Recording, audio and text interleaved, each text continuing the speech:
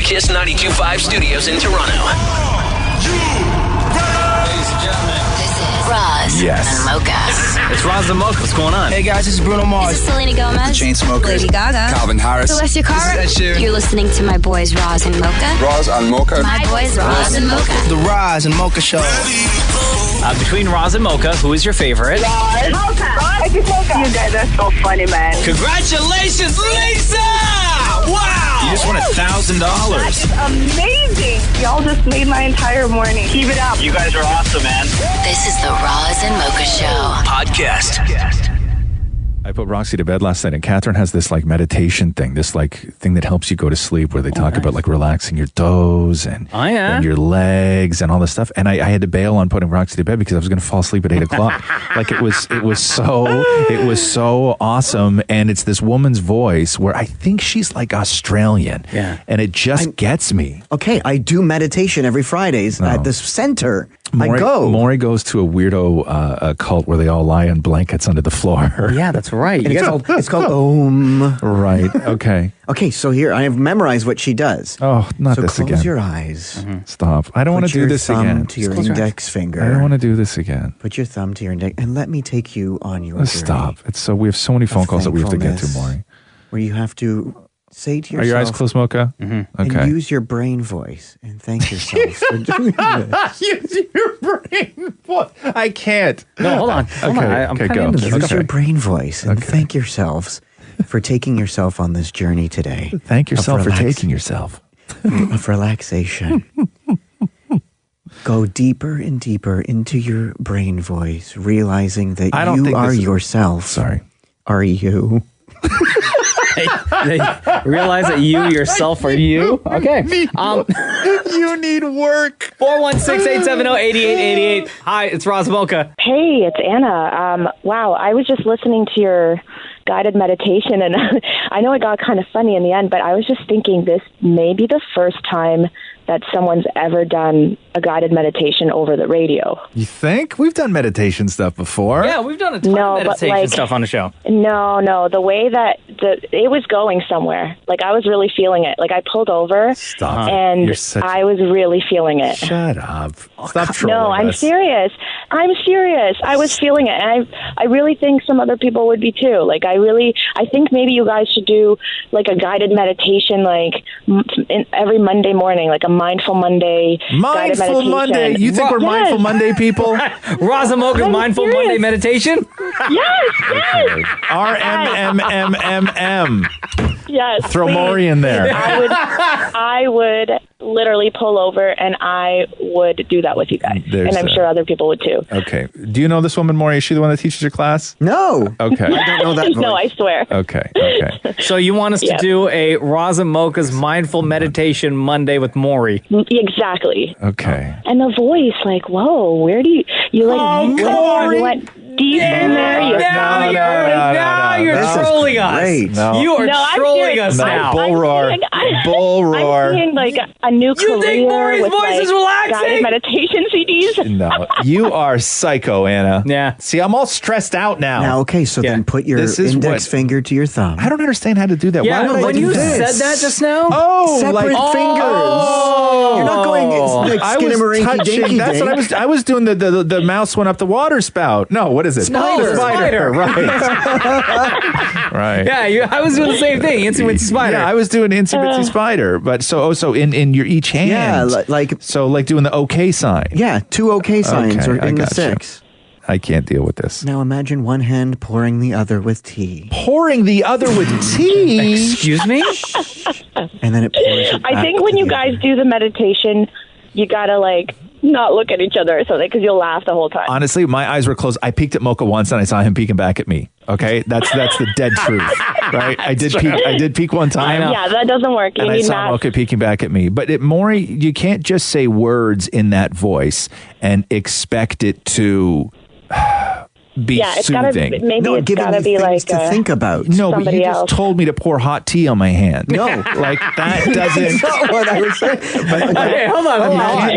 Say words. If we gave you a couple of minutes and you got to take this serious, would you put together something for Meditation Monday, Mindful Monday, whatever it is that we're going to call it? I can't get more serious than I already am. Okay. Yes. Thank you. All right, Anna, just for you in a couple of minutes, Motivational Monday with Maurie, Mindful Monday with Maurie, Motivational Monday, Mindfulness with Maurie. Okay, well, I'm looking forward to it, you guys. All right. All right, have a good day. You too. Bye. Here we go. The Roz and Mocha Show podcast. Oh, no. Well, I guess as promised. What did we call this? The Mindful Motivational Monday. Mindful Monday with Maurie? Right. Okay, so hold on here. So as promised, Maurie, because you started to talk about your meditation class that you take, which I think is weird, not because I think meditation is weird, but particularly the one that you go to, where it's like they put you under blankets and lie you on the floor like your children at a daycare. Oh, nap time is the best. It's so weird. So the request came for you to do some sort of guided meditation thing on the show. So I will be, because I'm a fan of meditation. I'm totally into this because past couple of weeks I've been seriously thinking about meditation. Come with me. It'll be fantastic. So I'm going to sit back. I'm going to close my eyes. Do we close our eyes more? What do you You're running this class. You're running this class. Yes. Thank you so much for allowing me to take you on this journey. Okay. So as we're lying back, let's close our eyes. Mm-hmm. And as previously mentioned, using our brain voice to thank ourselves for taking us on this self journey of relaxation today.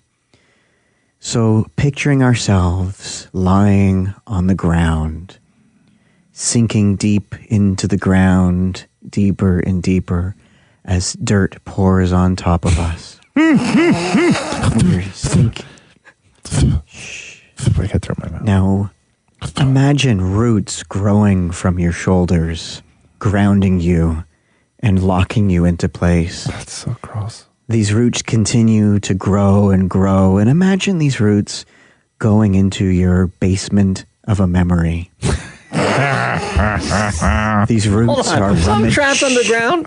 These roots are rummaging through your boxes of memories and lifting things of photographic memories and trinkets and memories and holding them up and seeing what they are, going through box by box and looking through all of your personal belongings. That's really weird, man. Sorry. But you're locked in place in the dirt in the ground with dirt pouring on top of you. All you can do is look at what the roots are seeing as they look through your basement of memories. Now we come back. The roots have regrown into your shoulders, and you're back walking along a beach. You pass by somebody and you say hello. Yeah, go ahead, Mocha. Am I walking along the beach with roots? No, I said the roots grew back into your shoulders. So we're walking along a beach. No. So I came out of the dirt like a zombie? What was... Okay. You don't interrupt. But I just have a question, though. What if the things that the roots are digging for in the memories of your basement don't relax you? What if they're stressful things? Like, why? What if it's the stuff in my basement that I need meditation to help me not think about constantly? Yeah, I don't know. Oh, okay, never mind. You're walking along the beach, kicking the sand as you walk by. Somebody throws you a Frisbee. You catch it with one hand while holding a latte with the other. What skills? Who drinks a latte on a beach? You throw the Frisbee back. The guy says thanks. You continue walking along. Your dog comes over and barks at you. You pet the dog. It's a very happy day. You're very, very relaxed. Pet a barking dog. You find a spot on the beach. You lay down your blanket, and you're lying under the sun. Now you can feel. Where was I carrying my blanket when I was holding a latte and one handing a Frisbee? Under your arm. Oh, okay. You can physically feel the heat heating your skin, and it warms you like a blanket. But I have a blanket. Under you, not over you. Oh. Wait. So you're still sitting there or lying there with a blanket underneath your arm? A beautiful woman comes up and stands in front of you and spritzes you with water. And again, you say thanks. And you're relaxed. Even in meditation, Maurie's micro-cheating. Yeah. You know what I mean? It sounds like I'm on the beach at hedonism. Yeah. Like, Maurie, I don't want to... Listen, I don't find it relaxing, the thoughts of cheating, okay? The waves tickle your feet as you're lying there being baked by the sun.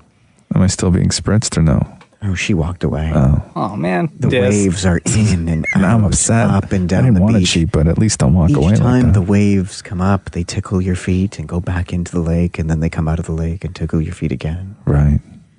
And you're lying there, and suddenly you start sinking into the beach. Okay. A lot of sinking going on, man. Again? A lot of sinking. The roots are back. Oh, no. Okay. Okay, you've lost your way at this point, right, Mark? Wrap this up. Just wait. Okay, you've lost your way. So that did nothing for me. I'm actually really stressed out now. Why? I was very relaxed. Because now I have a visual of roots growing out of my back, and I have another visual of me lying on the beach getting spritzed by a beautiful woman that I don't know, and then me trying to explain that to Catherine. It's not good. But you gotta It's not relax, good. It's man. not relaxing. At least you got that frisbee with one hand. The Roz and Mocha Show podcast. I've never felt really like a stereotype before, or that I fit into any sort of stereotype until yesterday, where it all just hit me all at once. Because oftentimes during the day, Mocha will send me, you'll find something on Twitter or whatever, and he'll just send it to me. And it's funny, and I laugh. But he went on a tear yesterday, sending me, and I don't know where these are from. Was this from Twitter or from something else? Where were you finding these? All over. I found it it first popped up on Twitter. Yeah. And then I found a super long thread on Reddit. Okay. And then that Reddit thread took me to an article that had kind of compiled a bunch of other stuff. So I got it from various parts of the internet. And I was shocked because he was sending these to me, and Mocha obviously found them hilarious, and I found them hilarious too. But what shocked me the most is that when you start sending me stuff of white people love to say, yeah. The thing that made it weird to me was that all those sayings, all those things that quote unquote white people love saying, was all stuff that I have heard and said, but they don't seem unusual to me because I assumed, here's where the stereotype comes in, everybody says them. No, I say majority of these are white people exclusive. Right, which was a massive eye-opener for me yesterday. So, for example, white people love saying, okay, now, let's take a silly one when taking a group photo. Maurie in there shaking his head, yes. That happened to me last night, a white guy. White people love saying, the storms are brewing whenever they see a really dark cloud in the sky. White people love saying, $1 million when the server asks if they need anything else. Maury shaking his head. White people love saying, you should see the other guy after getting hurt. White people love saying, knock, knock, out loud instead of knocking on the door. That's true. That's true. My mom does that. My mom has never knocked on a door, but my mom always opens the door 4 inches and goes, knock, knock. This one Maury just said, I think on Monday. White people love saying, oh, these are dangerous, after trying a new snack. White people love saying, fancy meeting you here, when they run into somebody that they knew they were going to see. These are all me. Yeah, totally, right? I've said everything this week. Thank you. White people love saying, not getting far without these, when coming back for the keys they forgot. Yep. White people love saying, that was fast, after someone leaves and comes back for their keys. Yeah. White people love saying, did you leave any food for us? When they see someone they know leaving a restaurant. Yep. This is another Maury exclusive. Yeah. White people love saying, what are they doing back there? Killing the chicken? When the food is taking too long. Yeah. White people. Oh, Maury said this yesterday. Okay. White people love saying, there's my cardio for the day after walking up a flight of stairs. Yep. Does only white people say that? See, I just thought everybody said that. White people love to have parties and always let everyone know that their best friend arrived by saying, oh, look what the cat dragged in. And finally, this is probably my favorite because on multiple occasions, I've heard both of you guys say this. Yeah. White people love to use the bathroom before leaving a restaurant and come out shaking their hands dry saying, ready to rock and roll? The Roz and Mocha Show podcast. Hey, it's Roz and Mocha. What's going on? Hey, I was wondering if you guys could play Mouth Charades. Okay. What's your name? Maddie. Maddie, what do you like about Mouth Charades? Everything. Oh, okay. But it's just like the best game. Wait, is Mouth Charades the one that I never win? Yes. Oh, no, I don't want to play that. Well, it's deciding. Maddie, I've never played that one. When we play Mouth Charades and you're listening, do you try to play along as well? If so, have you got any of the answers right? I have, surprisingly. You have? Yes. Wow. All right. I don't believe you. It's impossible. All right. Well, we're going to Most play. times it's the second guess. Get ready to play again. Give us a couple minutes. We'll get everything set up. And when we come back, we will play Mouth Charades just for you, Maddie. Thank you so much. Have a great day. Thanks, you too, guys. Bye, love. The Roz and Mocha Show podcast.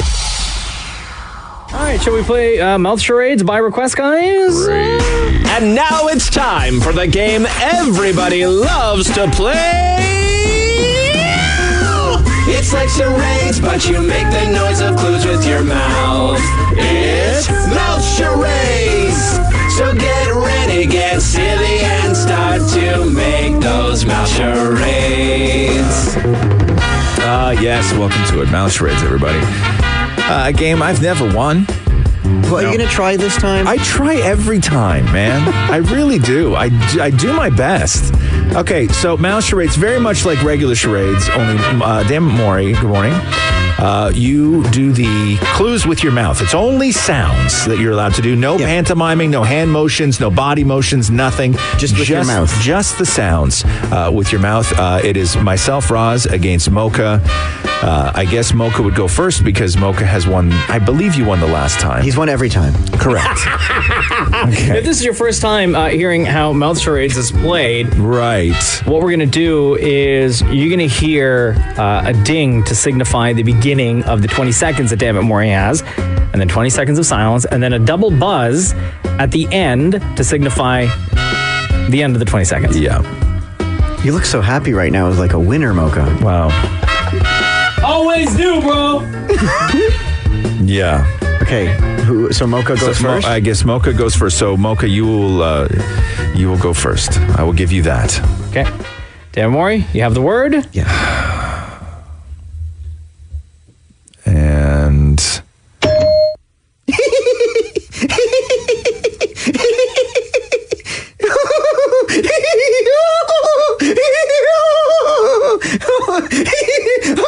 wow. Laughing. Oh, being tickled. Yeah. Oh, shut up. Not one other guess? No, because I wanted to see what the hell he was... Like, did you just run the clock on that to make me look bad? Yeah. Wow, dude. Like a boss. That's really not cool, man. That's really not cool. Okay, my turn. Here we go. I'm Roz, ready. are you ready? Please look at me. All right. Okay. You ready, Maurie? Yeah. Okay. And go. That is... Oh, you look very angry when you do that. That is a temper tantrum. That is the... It sounds windy. It could be the wind. Oh, that's a reindeer. 100% reindeer. Oh, what is that? Shoveling snow. Oh, God. So easy. Holy shoveling snow. Shoveling snow. This is like the what do you call it? The shovel scraping the driveway. See? Yeah, that totally sounds like shoveling snow. Thank you, You Mocha. guys So good at this game, Maurie. Please, you are on crack, both of you. All right, next. And I've never shoveled in my life. No. Okay, go ahead. Ready? Mocha word. Your upper body shows it, by the way. That's a good one. Sorry, I need to win more. Okay. I'll give you that. Okay, thanks. Okay, Ready? go ahead, Mocha. Ping pong. Water dripping. Oil dripping from a car. Rain on a windowsill. The shower. It's got to be food. Popcorn. Shut your mouth. That's right. Is it? Yeah. Shut your mouth. Popcorn 2-0. popping. Nothing. Up. 2-0. All right. Okay. Roz word. It's Ready? kind of like a win for me. Or just for me because I'm up 2-0. Right. Ready? Yeah, it's great. Hold on, And- let me read it. Okay. Go. Oh, no. Shoveling snow. That's a steamboat. Tell me that's not a steamboat. That sounds exactly like a steamboat.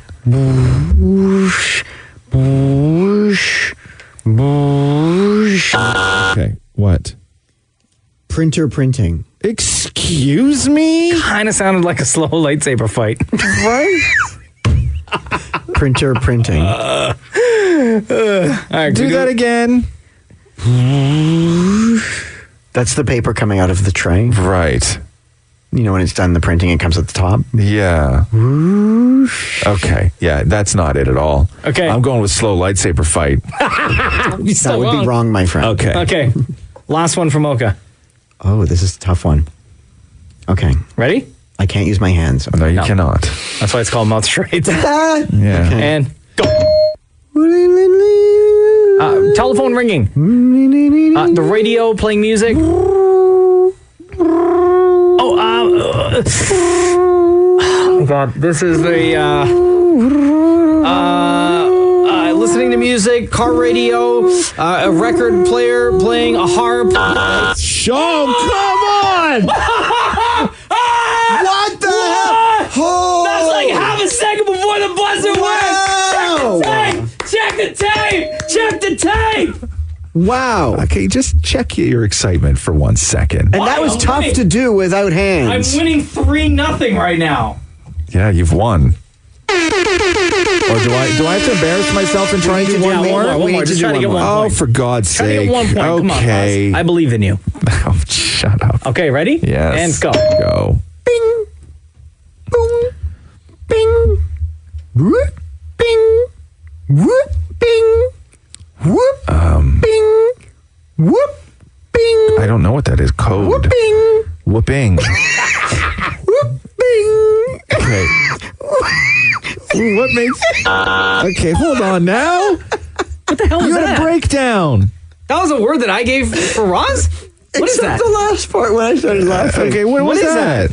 iMessage sounds. Oh, stop it. That's Enough. not iMessage sounds. Enough. You suck at that. Enough. Whoop. Enough. No, iMessage sounds are like boop,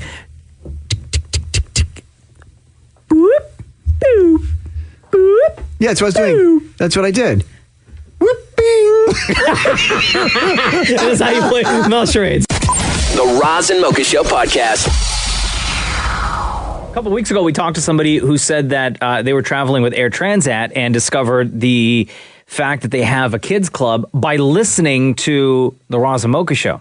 Yeah, because Kids Club with Air Transat is the greatest thing. When you're traveling with a kid, airports are not designed for children's enjoyment. They're boring for the most part. So you want to fast track your way through as fast as you can.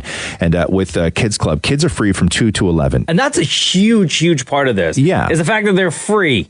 They're right? free, yeah. Age 2 to age 11, what you get is free seat selection. There is a dedicated check-in counter for members and their families at the airport. You get pre-boarding for members and their families. This is in economy class. Yeah. Not even upgrading up to the front of the plane. You get pre-boarding in economy class. So not only is it free for kids between 2 and 11, but you get these perks when you're sitting in economy class. Yeah, also priority baggage on the other end, so you get your bags first, and so much more. You can learn everything you need to know about the Air Transat Kids Club by hitting up their website, airtransat.com. All right, let's take a phone call. Hi, this is Roz and Mocha. What's your name? Hey, my name is Michael. What's going on? Not much, man. I wanted to challenge Maury today to see if he would be able to beat my personal best record of a hum 43 seconds continuously when the world record is 1 minute and 52 seconds. Of a hum? Of a continuous hum.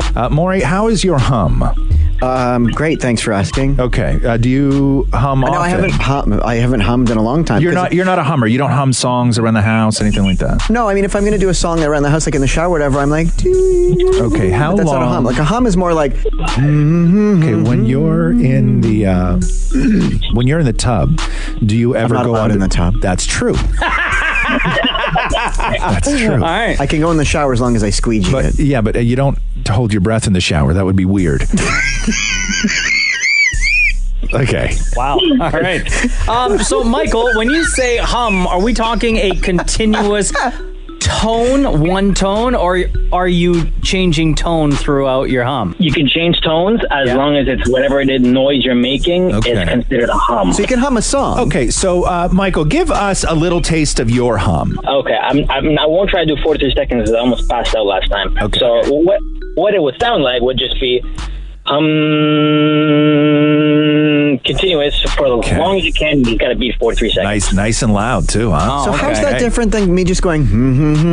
Because you're taking breaths. You can do whatever you want. You're breathing there. It has to be one breath hum. Yeah. But I can use my nose for the breathing part. No, you can't. It's one hum in a continuous breath. No, but I can hum and breathe. Can't like? No, I guess I can't.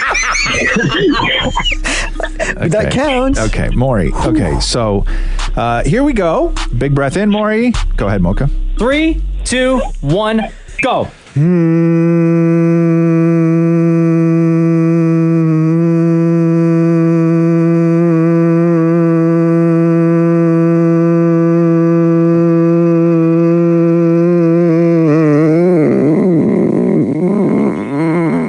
Okay, so 18 seconds. Wow. Oh, man.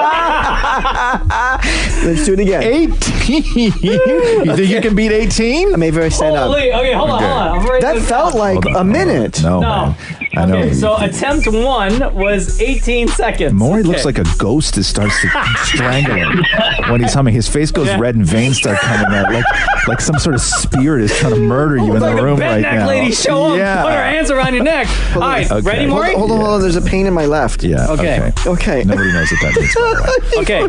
Damnit Maurie, attempt number 2 for longest hum. Michael, who's on the phone, his longest hum is 43 seconds. The world record is 1:52. Your first attempt was 18 seconds. Attempt number 2. You gotta start somewhere. In 3, 2, 1, go.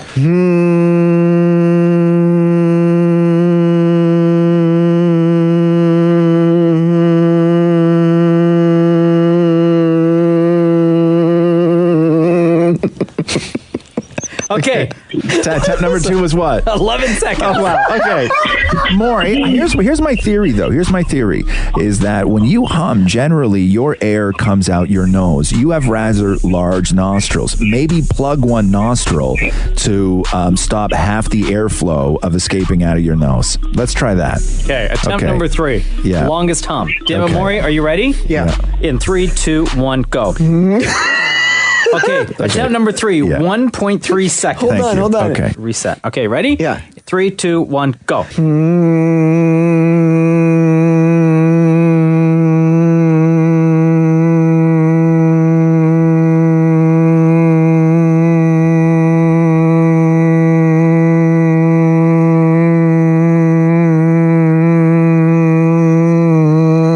Oh, the ghost is back. Way to go, buddy. Oh, don't encourage him, dude. 21 seconds. Wow! Did I win something? No. So, Damnit Maurie, in your attempt to break Michael's 43-second record of longest hum, attempt number 1, 18 seconds. Attempt number 2, 11 seconds. Attempt number 3, 1.3 seconds. Attempt number 4, 21 seconds. So to answer your question, Michael, no, Damnit Maurie cannot hum longer than you. Good attempt, Maurie. Good attempt, Maurie. All right, thanks, Michael. Thanks, buddy. Take care. Hey, I love you guys, man. Keep on rocking on. The Roz and Mocha Show podcast. I did the middle-aged Canadian dad ritual on Saturday morning.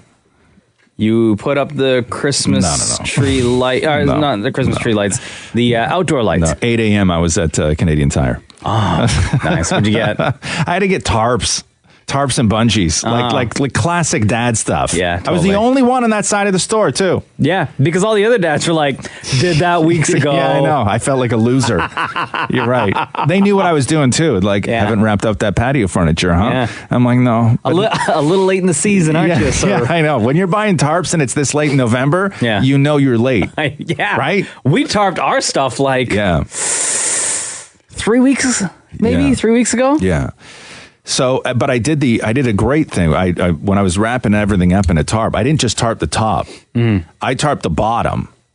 So I laid a giant tarp down on the deck, moved all the furniture to another side of the deck, laid the tarp down, then put all the furniture on the tarp, and then bundled it up from the bottom. Yeah. Bungeed all that, and then put one over the top, so it draped down over top of that, so no moisture's getting in. Okay. Right? It's like, what do you call it? It's like wonton. Right, yeah, it's just like, yeah. You wonton that whole thing. I did. I was in my head, I was thinking diaper because I didn't know other way to say it, but yeah, you're right. I wontoned it. But it's a big job, right? Yeah. So I'm at Canadian Tire. Did you do it by yourself too, or did you get help? No, I did it by myself. Oh, okay. Yeah, and negotiating a bungee around a mass that is, I don't even know, it was probably, by the time I got everything in there, it was probably 8 feet by like 12 feet kind of thing. Man. And so trying to maneuver bungees around where you put a bungee in the hole, and then if you just start stretching it, you're literally just turning the tarp in a circle. Yeah. Right? So it's negotiating that and how to figure all that out. So I did all that. And the scary thing about bungees, though, I mean, at least for me, is I always think, what if one that I clipped into another slips or snaps? Yeah. And then by nuts. Into your nuts, your chest, your face, wherever. I don't care about my chest and my face. But don't shoot a hook at my nuts at 60 kilometers an hour, especially when it's my fault and I'm alone in the backyard. And I got the kind of wife that would just probably bundle me up with the patio furniture until spring. Yeah. She'd wonton you.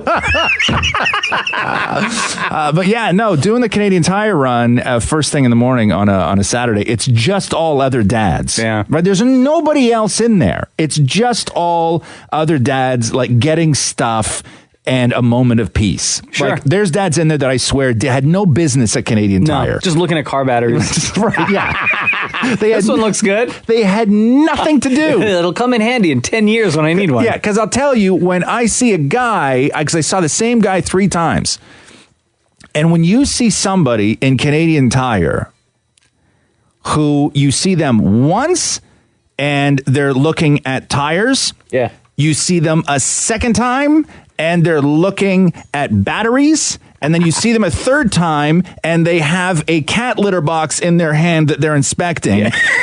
And then you see them as you're leaving and they still have nothing in their cart. That guy is there because he doesn't want to be at home. Roz and Mocha's Fix My Life. What advice can you guys give me? Okay, so my question is... Got a problem you can't fix? Roz and Mocha got you. Hey, Matt, how are you, man? Hey, how's it going? Good, buddy. Matt, we're going to read your letter with you on the phone with us, just to remind everybody, okay? So your name is Matt. FML is what you write. Roz and Mocha, I'm Matt, 25 and a single father to my 1.5-year-old daughter. Her mother, my fiance, passed away early April. My question is, when would you guys say is long enough before you start dating again? Just too scared what people are going to think. Would love to hear both your opinions. One, first of all, thank you for writing this. No problem. And because it puts you into a headspace of where you have to think about things that maybe you haven't thought about before. Mm-hmm. Exactly. I'll tell you, man. I've talked to other people about it too, but it's, I don't know. People that you know give you, and people who knew her give you different opinions, right? So. Yeah. Dude, first of all, terribly sorry to hear about what happened to your fiance. As soon as I read this, my friggin' heart sank for you, man. Well, thank you. And, when you say just too scared of what people are going to think, my first initial hot-headed reaction is F what people are going to think. I totally agree. Until you know what I mean? I totally agree. But I understand why you would like that. say that. Yeah, no, exactly. for sure. Because it's now, this situation is bigger than you. You have a 1.5-year-old at home that you have to think about as well, right? Exactly. And I think that the people that are going to judge you are, oftentimes not even people that knew your wife. People just love judging for this. Yeah. And, right. And it's not even necessarily going to be your fiance's family unless you start dating somebody who looks a whole lot like her, which I wouldn't recommend out of the gate. No. So I think that this is it's a very personal thing. And I don't know if you're a fan at all of Patton Oswalt. Do you know Patton Oswalt? I have not heard of him. Okay, he's a comedian. And he went through this. His wife died, and she was a writer. and his wife died, and he grieved publicly. He wrote a lot of his thoughts and feelings on Twitter, and he wrote articles for Time Magazine and everything else. And he fell in love, and I believe was married within a year of his wife dying. And people raked him over the coals. They accused him of dining out on his wife's death and using his grief for publicity. Like he really had it rough, and he fired back with a quote from a woman. And I pulled this up because I remembered reading it at the time and just how I knew that one day that this was going to come in handy. And the quote that he used was from a woman named Erica Roman, and she was a woman in Florida who lost her husband. And she said this, quote, "How long should a widow sit in isolation before you are comfortable enough to release them from their solitary confinement?" Right. It becomes about the other people and not about you. And I don't necessarily think that you can't be grieving and also falling in love at the same time. Yeah. I think that those two things can kind of go hand in hand. And oftentimes, I think that the mistake that you could make in a situation like this is if you met somebody and didn't allow them in on the grieving process that you're going through, meaning you don't want to put that on them. You want to sort of start fresh, but that's always going to be there. But if you find, if you find somebody, like if the person you're interested in and that you want to go out with is open to, the role that they would have to have in order to sort of help you come out of that thing to get you to the point of where the two of you can both build something new. I don't know if there's a time frame for that. I don't know. There is no time frame. It's a hyper personal thing between you and your daughter, and nobody else matters in this situation. Mm-hmm. Also, I would not recommend that it's one of your wife's friends either. No. Okay. No. So nobody that looks like your fiance. Nobody in her family. Nobody in her family. Exactly. It totally is set aside from that. Yeah. Other than that, Mocha said it right, which is F what everybody else thinks. This is you right now. You have one responsibility in life, and that is to just make sure that you don't screw up your little girl. 100%. And you 100%. Also, your second responsibility is you 100% deserve happiness. You 100% deserve to go and rebuild a life and build feelings and find somebody who's going to look at you and want to make out with you, and find somebody who's going to pick you up when you're down, and find somebody who's going to do all the things that your fiance, who you love dearly, was prepared to do, because that is what she would want for you. I believe you're right. And, I've been with several girls since, only within the last couple months, 2 months or so. Yeah. And it made me feel guilty at the time. Yeah. But I sit back and I think it's like, you know what, this isn't exactly what I wanted right now, but it's, what am I supposed to do? Just sit back and dwell on it for years? Out of curiosity, Matt, like the conversations that you've had with other people, what are they saying? Friends say that it's whatever, same thing, F everyone else's opinion. Yeah. Family, they say it's all about the baby.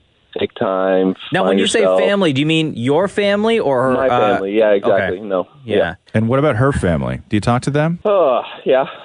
Some parts in the family. Yep. Yeah, it's tough. They weren't all. She was a foster child, and she was awarded Children's Aid, so she doesn't have too much family. But the ones that I do talk to, I haven't really said anything like this to them. So yeah, I'm assuming that she loved you a whole lot. Yeah. Yeah. Okay. So if you know her better than anybody else, okay, and if she loved you and she knew what you were capable of doing and the amount of love that you had inside you, she would want you to be happy. I agree. And again, F everybody else. And Roz put it perfectly. Your little girl, who's a year and a half, is your number one priority, and then your happiness follows after that. So, take care of your priorities, take care of your little girl, take care of your, little family that you have right now, and then screw what anybody else thinks and go with what's in your gut, what's in your heart, man. Well, you guys have answered it pretty much better than anyone I've talked to before about it. So when would you guys say is long enough before you start dating again? That was the question, and it's completely up to you. How's your little girl doing, by the way? And only you. She's great. She just started she started walking a while ago now, and now she's doing the stairs, and she's getting certain words down, and she's progressing. Man, they fly up those stairs fast, huh? Yep. Hey, Matt, thank you so much for your text. We really hope everything works out for you, and thank you for inviting us into this conversation with you. No, thank you for being a part of it. I do appreciate it. Roz and Mocha's Fix My Life, only on KISS. Hi, this is the Roz and Mocha Show. Hi there. Hi, what's your name? It's Ashley. What's up, Ashley? Hi. I just had a response for Matt. I'm also widowed, going on 3 years now, and at the time my kids were 3, 2, and 4 months old. Wow, damn. Yeah, and really for him, there's not a set time as to when or when you can't. Like you guys said, you said it perfectly. Obviously, your children are priority, but in the end, you also need to continue on with your life as well. And it doesn't mean by forgetting the person that you loved. I don't forget my husband. I mourn him every day. But about 2 years ago, I met a gentleman, and he was loving and open arms and took in me and my kids and loves my kids as his own. He's open to the mourning process. We talk about my husband. He allows my kids to talk about their dad. He comes to the cemetery. You just have to find that person that's open and wanting to share all of your life with them. Yeah, someone that's going to have understanding and compassion, right? Exactly. Yeah, that's wonderful. Well, thank you so much, Ashley. Oh, not a problem. Take care. Have a good day. You too. Take care. Bye-bye. The Roz and Mocha Show podcast. You know what we haven't done in a while? What's that? Shower thoughts. Oh, snap. I spent the weekend on Reddit kind of like going through some of my favorite posts. Yeah. And this is just like the straight dumb stuff that you think about when your mind starts wandering. And at the time, it totally makes sense. Yeah. For example, there are so many flat earthers now that if they all stood in a line, it would go around the world and prove to them how wrong they are. If everyone blinked in sync, no one would know. Yeah, true. You're right. Let's just do that together right now. Okay, ready? On the count of three. One, two, three. Oh, I saw you blink. Did you see it? Yeah. 1, 2, 3. I didn't see you. Did you see me? I didn't see you. Not at all. Works. When you transport something by car, it's shipment. But when you transport something by boat, it's cargo. Wow. Gotcha. You never realize how many shortcuts your keyboard has until your cat walks across it. Sprite tastes like the tingling feeling after your leg fell asleep. The magazines at the checkout line were the original clickbait. Truth. That no alcohol beyond this point sign might as well say, bet you can't chug that whole beer. If the Goo Goo Dolls went on tour with Lady Gaga, it would be called the Goo Goo Gaga Tour. I would go see that show. Okay, and finally, shower thoughts from Reddit. Yeah. Hand dryers are a really good way to waste 5 minutes before you wipe your hands on your pants. Here we go. The Roz and Mocha Show podcast.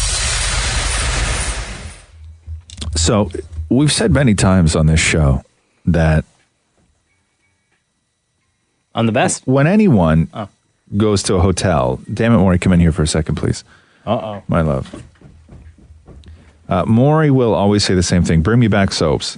And I'm always like, I don't do it anymore. I did it once and I felt That's why weird I just about have them it. send it to your room. Yeah, I felt weird about it. It's just, it doesn't sit well with me.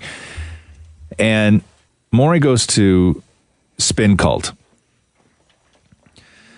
where he gets on a bike and they light a candle and they chant and say prayers and sweat. Right? And guys take their shirts off. It's fantastic. And guys take their shirts off. It's a whole production. Weird. And in the showers at Spin Cult, they use really fancy soaps. Okay. But it's in like a big pump. How much is that soap worth more? So I've looked it up. Yeah. Like it's only available like at the high-end stores for like $175 a bottle. Okay. So it's it's very expensive. Yeah. And so it's called Ora Bay. Okay. So Maurie loves the smell of it because it's very expensive. It smells like money. What does it smell like? It smells like rich people. Well, because all the hot guys there then shower, so I smell like all the hot guys. Right. It smells like hot guy, Mocha. Come on. Oh, okay. Get on board. Get on board. So tell me if this is right. Maurie not only goes in and takes extra long showers and lathers himself up with, which most would be considered an inappropriate amount of soap to use. When it's there for free, you don't abuse the privilege, right? Well, there's no limit. Well, there should be, though. There should be a it's not limit. when you go to the bar and the shot stops on its own. Okay. We should just celebrate the fact that Maurie's showering after going to Spin Cult. Yeah. But there's a reason that Maurie showers after going to Spin Cult. because Maury went in with Tupperware from home. No, he didn't. Yeah. No, you didn't. And filled up his own Tupperware with the super expensive soap. You went in with Rubbermaids and filled it up with soap? Yeah. Yeah, why not? Because that stuff's $175. He went in where there's free soap for clients and customers in the shower, and Maury went in with Tupperware and filled it up and brought it home. And I waited in the shower until all the men were gone so that I can put the Tupperware in my bag. He went into the shower at the gym with his own Tupperware. That is next level. And filled it up and brought it home. Is that not next level low? Yeah, dude. You make decent money working here. I cannot afford $175 But you for don't body need to wash. buy $175 Of course not, body because I wash. can get it for free at the gym. He's got it all figured out. You're right. So if you come over to my place and shower, the shower's full of Tupperware. Figured out. He's got it all figured out. A couple of texts that we got. My dad has not bought body wash in 10 years because he travels so much for work and takes all the soap bottles off the cleaner's cart so you can throw them in the cabinet at home. See, at that point, it's theft, though. No, that's a man after my own heart. No, it's not. It's not. At that point, it's theft. Who would ever... The gym, let me just tell you, everyone that pays a membership, the gym can afford to replenish. No, that's wrong. Melissa texted in and said, I always take the soap. I open them and put them in a glass jar for my guests. They love them. My friends think it's bougie. Okay, but what about going to the gym with Tupperware? Yeah, that is next level low. Right? That's wrong, Maury. Come on, but man. I didn't take the full thing and take it home. At least I left them the bottle. No, but you brought a container to the gym. You might as well steal the bottle. I would feel less weird about it more if you stole a bottle, honestly. What is different from me using it all on my body at the moment versus me just taking it and using it later? Because it's bloody weird. Yeah, that's wrong. It's so weird to go into a gym where you like the smell of their soap and bring your own like sandwich container, pop the lid off, pump it 85 times, close it up, and sneak it in sideways into your bed, hoping it doesn't leak on the way home. Wow, it's like you were there. Yes, exactly. The Roz and Mocha Show podcast. The robbery has been committed. Oh, no. Robbery has been committed. So if you're just joining us, hello.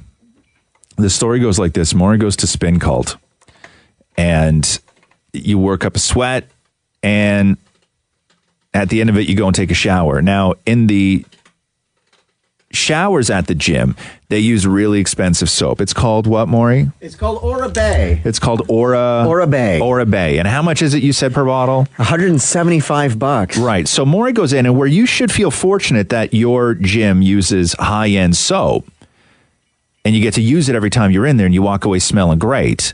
The question was then, how inappropriate is this? The last time Maury was there, he snuck into Spin Cult, in his bag, a Tupperware from home.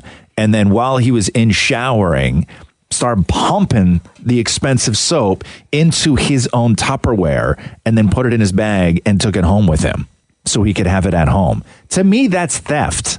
How do you pronounce it, Maury? Oribe. O-R-I-B-E. You might be saying it wrong because somebody texted, if you're going to steal it, at least pronounce it correctly. Oh, snap. Jeez. Oh, People no. are vicious. And it's the same thing with hotels. But Anytime I go to a hotel, Maury's like, bring me back soap. I'm like, I'm not going to bring you back soap, man. I just don't It's understand weird. how something that is free and therefore you to use is wrong if I want to use more of it at home. Just is, It's pretty man. split on text, too. What about the Tupperware? Yeah, some people are with Maury for taking the soap, but the other ones that are coming in are like, no, man, you need to stop. I can't. think it's the rudest thing that you could do. I paid to be there. Yeah, you paid to be there, but you shouldn't be stealing their stuff. No, but you shouldn't be stealing the No, soap. I'm not stealing towels. I'm not stealing things that they reuse. I'm stealing it's something like that is meant for me to use. No, it's not. It's just weird, dude. Hold on. Let's take this phone just call. Weird. George is on line 2. What do you want to say, George? I agree with both you guys. Super weird for that. I mean, at that point, you might as well just steal a couple bottles off the shelf. Yeah. And then talking about it on the radio, on top of all that, when everybody that you go to that gym they all listen to this show. Yeah. Like, how am I getting roasted now? Natasha on Twitter just writes, does Roz Weston think that he's too good to take home the hotel soap? No, that's not what this conversation is. No, you're okay to take the hotel soap. You're just not cool with taking a Tupperware container into a gym and filling it up. But hold on, can I just defend myself a little bit more here? I'm not taking the Tupperware out of the shower and showcasing it to everyone. I sneak it into my bag. Yeah, so you're stealing. You're stealing. Like, I'm not like, hey guys, look what I did. It doesn't make it better. Makes it worse. Yeah, you're stealing. No, it's there to use. Theft would be if I took something off the shelf that was for sale. Okay, how about this? What's the difference of you stealing that soap from that spin class place and you walking, like, straight up walking out with one of their bikes? Well, the difference is that the bike is not for me to. Interesting theory. Yeah. Yeah. The bike is there for you to use, just like the soap in the shower is there for you to use. No, but the soap in the shower is something I put on my body and wash off. The bike is there for people to use at that moment in the gym. It's not something you can then. You know what I'm saying? No, I don't. But Maury, it's not. Let's not talk about right or wrong. Let's just talk about straight up weird. Okay, you know what's appropriate and what's not appropriate. I'm not saying it's not weird. Sure, it might be weird, but it's I not love that appropriate. smell, and I can't afford the Aura Bay. But then maybe it's not for you then. Yeah. No, but it is in the moment, and I want that moment to last when I get home. You know what? Maybe it's not for you. Not everybody deserves everything. That's a problem right now. Entitlement. You feel that you're somehow entitled to that, so you bring Tupperware to the gym and steal their pump soap. Yeah. Which I can't even say with a straight face, man. I really can't. It's so weird. It's so weird. Thanks so much for the call, brother. All right, guys, take it easy. The Roz and Mocha Show podcast. Hi there, this is the Roz and Mocha Show. So I'm kind of 50-50 on this. Nah, you can't be. No, well, okay. The Tupperware, yeah, that's going over the line. Okay. But there's been quite a few times where I've gone into Starbucks and my wife likes the Splenda. I might walk out with a pocket full of Splenda. But, like, why not just go to Walmart and buy a box of, like, 200 Splenda for $3? You know, in between grocery days, we run out. We'll grab Splenda. No, there's zero defense. No. Stealing is stealing. No, I'm not defending him. I'm not defending him at all. I'm just saying it's weird. Like, I understand what he's doing, but the Tupperware is the really weird part. It crosses a line when you bring in, Tupperware to the gym. Yeah. I knew a guy one time that used to steal towels from the gym, and I always thought that was weird. I'm like, he goes, well, they're I don't have a lot of towels at home, so I steal the towels from the gym. And I'm like, yeah, but that's a towel that's been used by how many different hundreds I did of that, different and people. Matthew made me bring it back. Oh, you stole a towel from the place too? Because it had the name of the gym on, and I thought that was kind of cool. No. So Matthew washed, and he's like, "You bring this back." Yeah, it's not cool, man. Don't. It's so weird to do that. You're also, not entitled to that. You're filling up a container with shampoo. And prior to that, that container might have held like rice and potatoes or pasta or eggs or and something. Probably will again. And probably will again. That's so true. So what do you have, like a sandwich container in your shower now that you just scoop out with a couple fingers? When I did a cleanse, it was the containers. This one says carbs on it. So it was what I used to put carbs in. Oh. So like oatmeal and stuff. What does he do? Does he pour it into a little bottle, but then he gets back home? Where is or? it now? Is it just sitting on the floor of your shower? No, it's in the soap dish. Oh. So I take the lid off and I hand scoop a bit out and then I rub it on my body. Dude, that's sad. That is so sad, Yeah, dude. real It's sad. real sad. But I smell like the hot guys at the gym. No. You're like one of those weirdos that makes their own soap out of like rice and lavender. You're so weird, dude. With like a Tupperware in the shower. Yeah, Nobody wants to see wrong. that. That's straight wrong, man. I hope they kick you out of that gym. Yeah, me too. Thanks so much. No problem. Hi, this is the Roz and Mocha Show. What do you want to say? I just want to say that no idiot in the world goes on the radio and says, I'm stealing your expensive soap. You got to steal it and then not tell anybody. I mean, dude, you're going to get caught. Thank you. I hope the folks at Soul Cycle at the corner of King and Spadina in downtown Toronto revoke Maurie's membership. So hold on. Are you saying that I should have stole it and kept my mouth shut? Yes. Yeah, Maury, Rule somebody... number So she's not one. against Listen, the I could tell you a million places got great soap, but I ain't telling you because you're going to go and get caught, and then I can't steal it. Yeah. Oh, I love this woman. Yeah, Maury, somebody brings up, Megan on Twitter brings up a real good point. She says, clearly he's embarrassed or he would have just taken it from the shower without the leftover container. If it's not wrong, why did he hide it?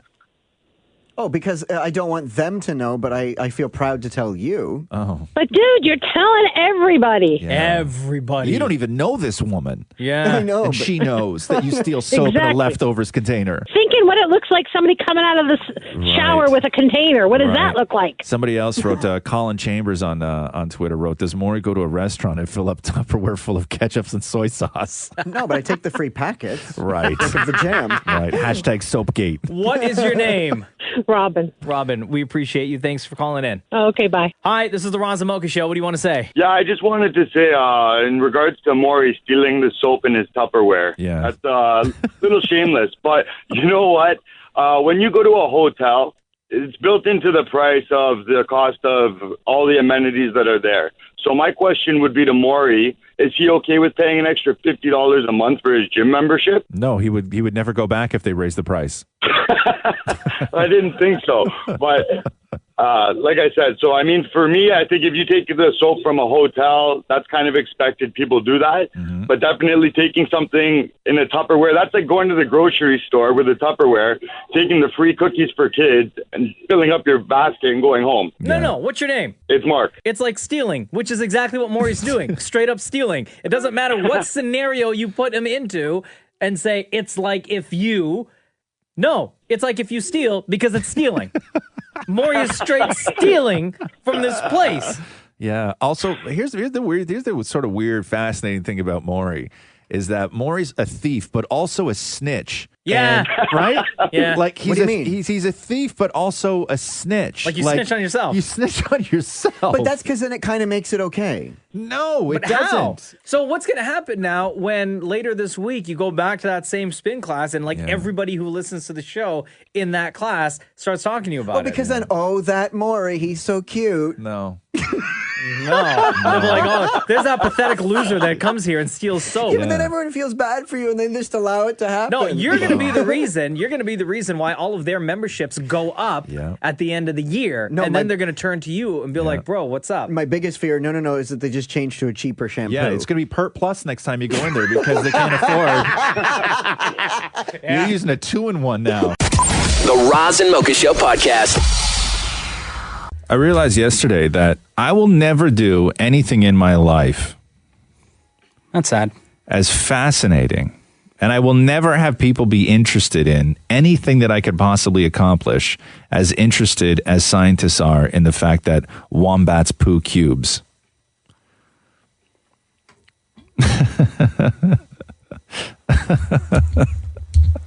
Sorry, say that again? Okay. I will never do anything in my life that has people as interested in that thing as they are right now, as interested in over the fact that wombats poop cubes. You know wombats? Those like cute little, like they're tiny little animals in Australia.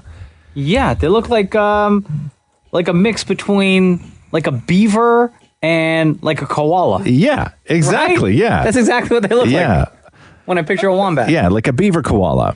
So, but anyway, I had no idea. They poop squares? They poop squares. How's that possible? And because it's a wombat, like if you're a person, if you're a person and you poop squares, you could be like, yo, man, what's going on in there? Yeah. And then you could have a conversation and try and figure out why somebody poops the way they do. But when animals poop in weird ways, it takes like teams of scientists to try and figure out exactly why. And government funding. And government funding to figure out why something like a wombat poops cubes. So do we have the answer? So wombats, a team of scientists claim that they've unraveled one of the animal kingdom's more peculiar mysteries, why wombat poop is cube-shaped.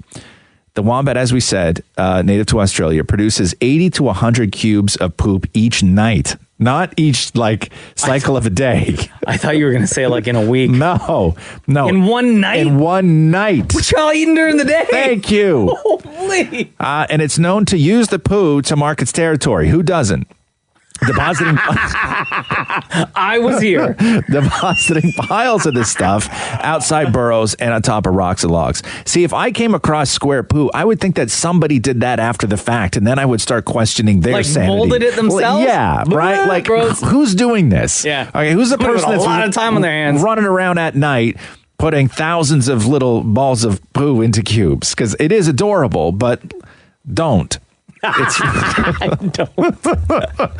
Research is led by the Georgia Institute of Technology. So what they say is that the wombat's cubed feces trait is unique to the animal world.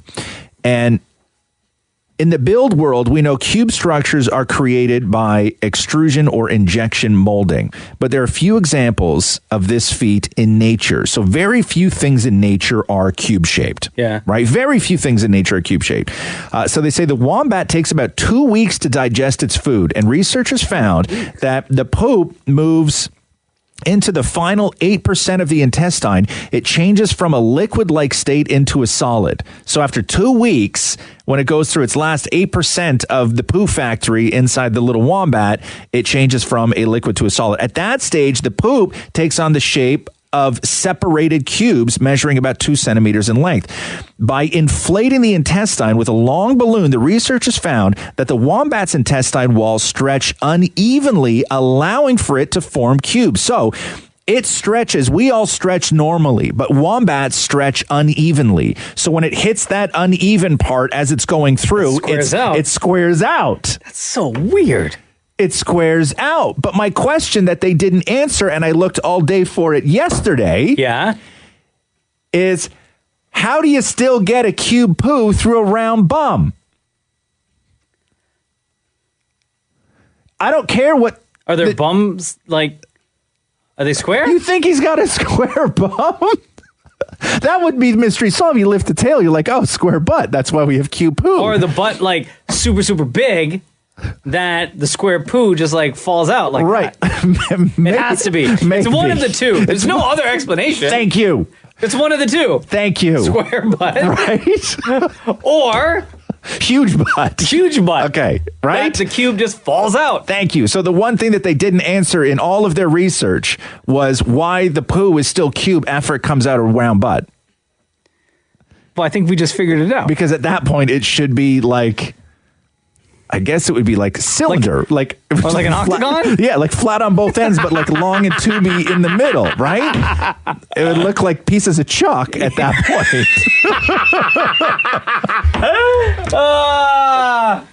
Roz and Mocha's Fix My Life. What advice can you guys give me? Okay, so my question is... Got a problem you can't fix? Roz and Mocha got you. Hey, Krista, what's going on? Hey, how are you? Good. All right. Okay, so let's just go through this with you again, because everybody's really into this, because it's such a relatable FML request. Definitely. Roz and Mocha need your help. Christmas is coming. I have 2 small children, 5 and 3. In the 5 years since our daughter was born, we have not spent Christmas Day at home. My mother-in-law insists every year that we pack up and trek our 2 kids on a 2-hour drive to celebrate Christmas Day at their house. Not only that, she expects us to be there at a certain time. She will not budge, and my husband's no help. It has become an annual fight between us, and I can't do it anymore. Please help fix my life. Krista. Yes. When this subject comes up once a year, what is it that your husband actually says? He agrees with me that we should stay at home with the kids and let them play with their toys and sit in their jammies and watch TV. Yep.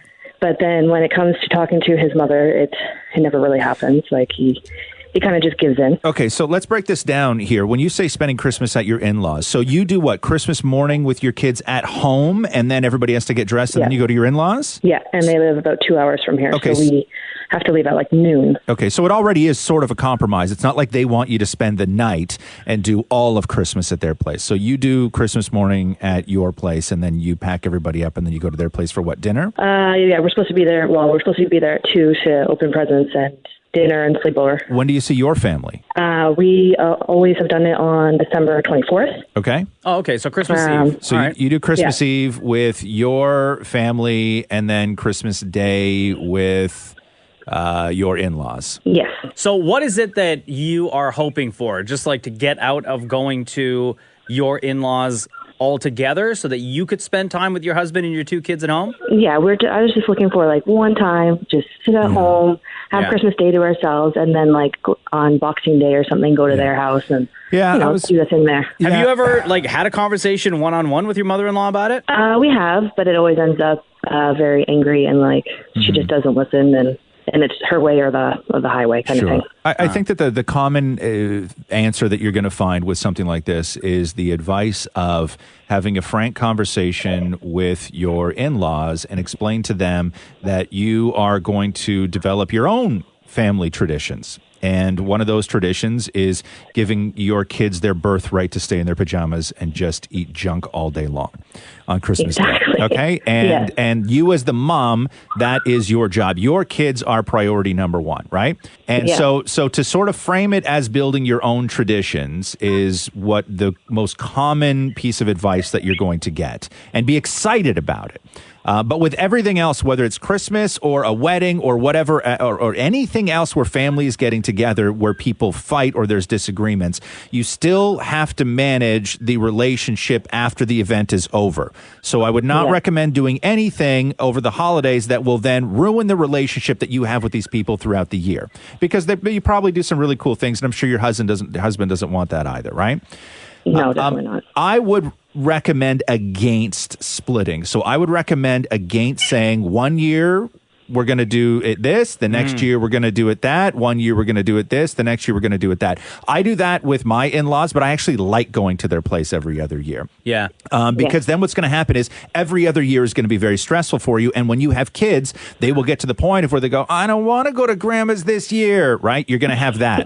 So I think that consistency is what it is. And I think that for me anyway, the solution is you do your parents on Christmas Eve, you do your family Christmas Day, you do your in-laws Boxing Day. Yeah, that's what I'm hoping for. Right? Krista, I'll say lay it out. One thing that kind of worked for us, and we've tried this, I think we've done this maybe 3 years, because my wife, Jenna, her mom's birthday is actually Christmas Eve. Right? And then we have Christmas Day, and she's never spent a Christmas Day without her mom and her sister, because it's literally just the three of them. Yeah. Right? And then for me, I had never done Christmas without my family. So we started doing kind of like the rotating thing, but now that we have a kid, we can't be driving around all over the place on Christmas Day, right? Packing everything up, going into a car, and then driving to the next house, and then packing up, going to another house, and then it just becomes too much. So one year, what we did was we said, hey, we're going to host Christmas at our house. And we just brought both families to our place on Christmas Day, so we didn't have to leave whatsoever. Let me ask you.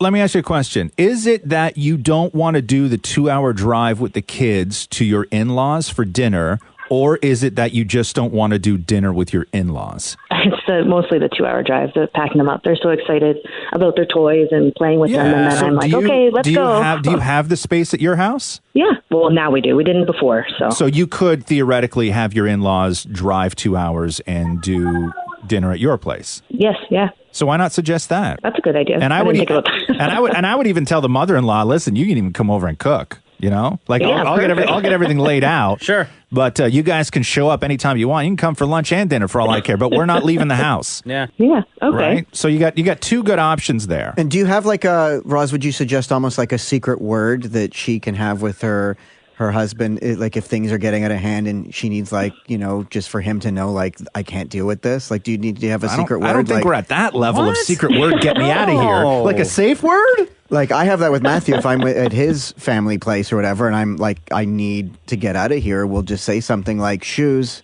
Shoes. Maurie, can I tell you something more? In the middle of a conversation, you just blurt out shoes? Okay, Maurie. You sound like a madman, okay, I'm going to tell you something. Okay, Maurie, listen to me for just 1 second. When you're at someone's house and you and your partner establish a word that secretly means time to leave, I don't think just blurting out the word shoes is as secretive as you think it might be.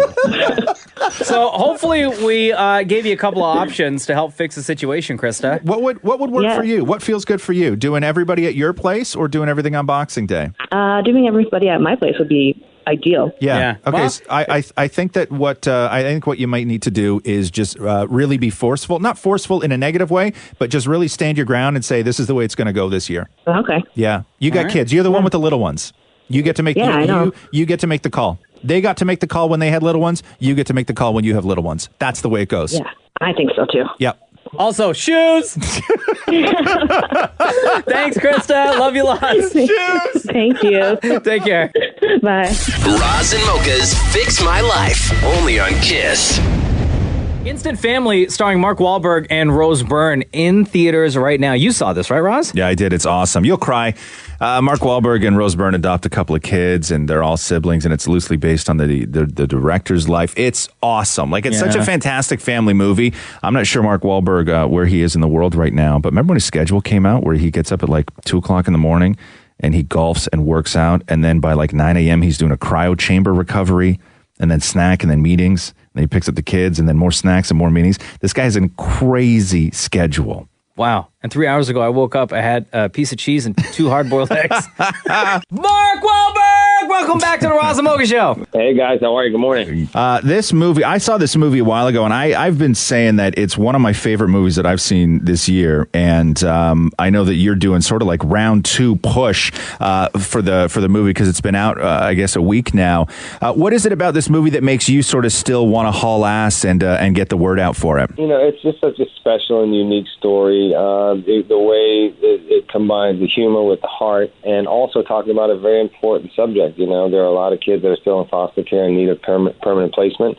And, you know, there's an amazing true story of somebody who opened their heart and their home to 3 children and fought to become a family. And everybody can relate to all the different things that they're going through, all the things you experience with teenagers and kids. And you know, sometimes, you know, things get so dark you can't help but just laugh, and knowing that other people are going through it too, it makes it a lot easier to deal with. And Mark, I know you have 4 kids. Did you watch this movie with them together? Yeah, we actually all went to see the movie together, which is awesome because most of the films that I make aren't really appropriate for kids my children's age. Yeah. Right. So it's nice. It's nice to be able to make a movie that a whole entire family can see, and it really is for everybody. And what was their reaction to it? They loved it. I mean, you know, obviously with my teenage daughter, you know, throwing the finger around and, you know, cursing and all that stuff. I mean, it's like watching my own life play out to a certain extent. And he took a lot of things from my real life and incorporated them into the script because we were working on Daddy's Home too while he started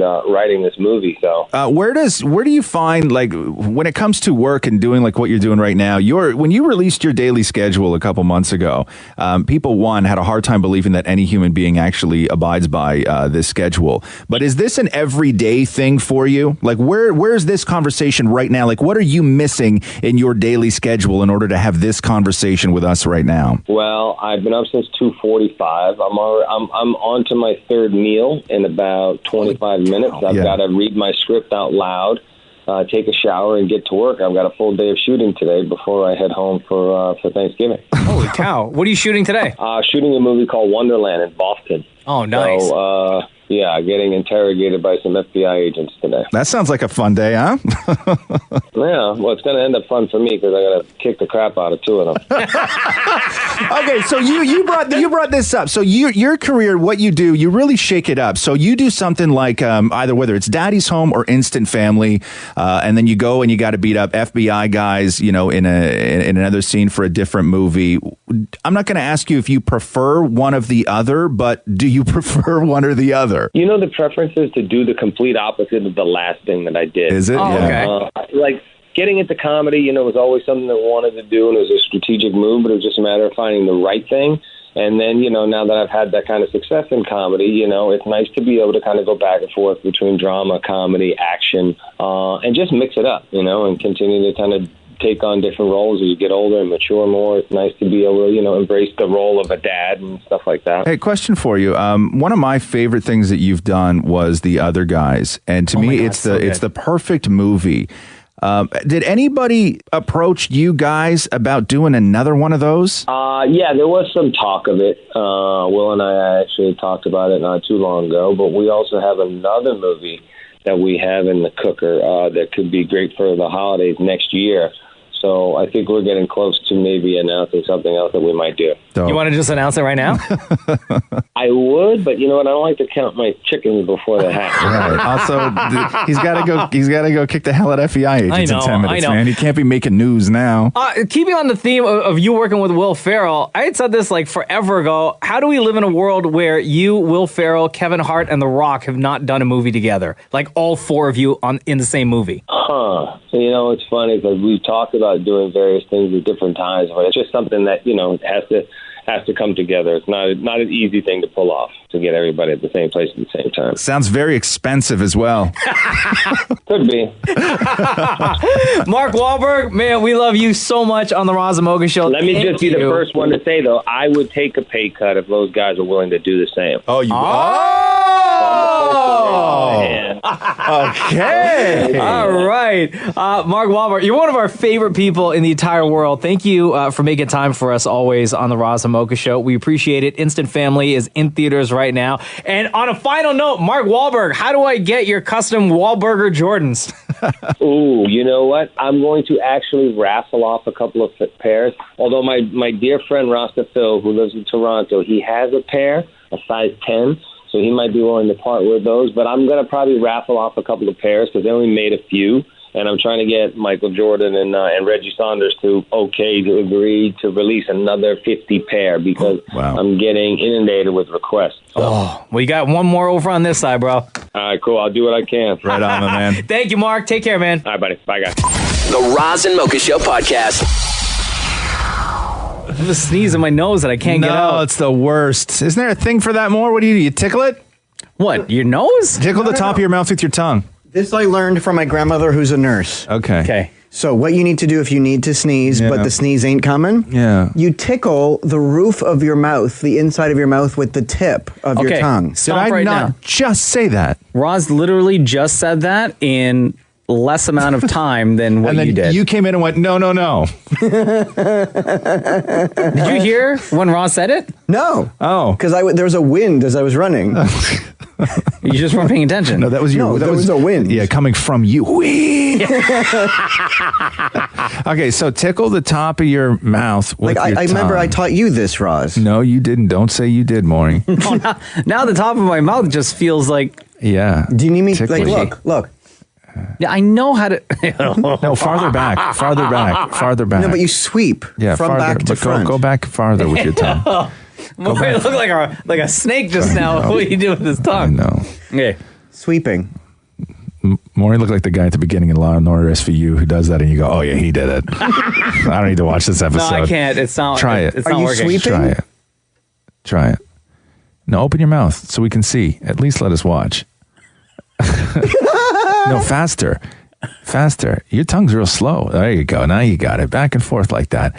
Yeah. And then side to side. No, it's not working. It's not working. I can still. It's because you're talking. I usually just kind of rub my nose. There's one other way to get the sneeze out. Oh, you're supposed to scare the person. No, you gotta pull a nose hair out. Oh, that works all the time for me. You gotta pull a nose hair out. Whoa, Maury! Yo, your fingers go way up there, bro. Yeah. Holy cow! I can't pull the nose hair out. Why not? Because I tweeze my. I mean, I trim my nose hairs. Oh. I trimmed them down already, so it's like super short. So did I used my ear trimmer on my nose. You're 40. You trim your ears already? When did you start trimming your ears? Oh, like a year ago. Like there's a forest growing. That's in there. like a real old guy thing to trim your ears. How hairy do your ears and if I pick out an ear hair, sometimes they're as long as my head hair. Ew, you're disgusting, dude. You're disgusting. And like full color. What do you mean color? Like blue? No, like an auburn or something. They're not like white. Oh, you mean like head hair color? Yeah. Yes. Oh, okay. I got Why did you. you say that? Yeah. Yo, how deep do your fingers go into your ears, man? Maury has 2 fingers up one nostril right now and 2 fingers in an ear hole looking for hair. And I'll tell you what the weirdest part is? It doesn't look like the first time you've done that. It was very natural what you just did. The Roz and Mocha Show podcast. Hey, let me ask you a question. How do you guys get your phone to, sometimes I just want to look at the time and the date without opening up my phone. You know what I mean? Okay. Yeah. What's that? I just hold it up to my face. Hold it up to your face? Like I just hold it up and it. No, look at that. Not against your face, man. It worked. You press the button on the side. One of the buttons on the side. And there you go. Makes it. All right. Are you new? What do you mean? Am I new? How do you get through life? Like to this technology of a cellular device. Look, it just worked again. You don't place it directly hold on here. Let me tell you something, because it may not be in the instructions, and you may not find this on a message board. If you have an iPhone and you just want to know the time, take the screen of your phone when it's black and literally just touch it to your forehead. And it works? Yeah, like that. I'm greasy. See? It works. Yeah, so it's the 19th today, in case you're wondering, because I have it on my phone. It's right here in front of me. You make me feel smart sometimes. Oh, my God. Don't ever say that, Maury. Come on, man. You really know how to ruin the guy's day. A couple months ago that you learned how to use the flashlight on your phone. Yeah, which is amazing. I use it all the time. Even when I don't need a flashlight. I use the flashlight. On. You know, I was going to talk to you about that later. I used a flashlight yesterday. Did you? Yeah, because I was looking around for a flashlight. I needed a flashlight. Yeah. And I actually was in the drawer. We have like a storage thing downstairs. And I was in the storage thing looking in a drawer, and we only have one bulb down in the hallway downstairs. Yeah. That's my fault too. we only have one bulb, and I'm not lying. I used my flashlight on my phone to look for my flashlight. Get out. I really did. Really? Yeah. Why didn't you just use the flashlight on your phone as a flashlight? Because I'm still new to this, man. Hold on. So you picked up your phone. Yeah. And you turn on the flashlight. Yeah. And you're like, okay, I need this flashlight so I can look for the other flashlight. Yeah, I was looking for the flashlight. It was dark, and I'm like, God damn, I wish I just had a light right now. And then I reached in my pocket and I grabbed my phone, and I turned the flashlight on. I started looking around for my flashlight.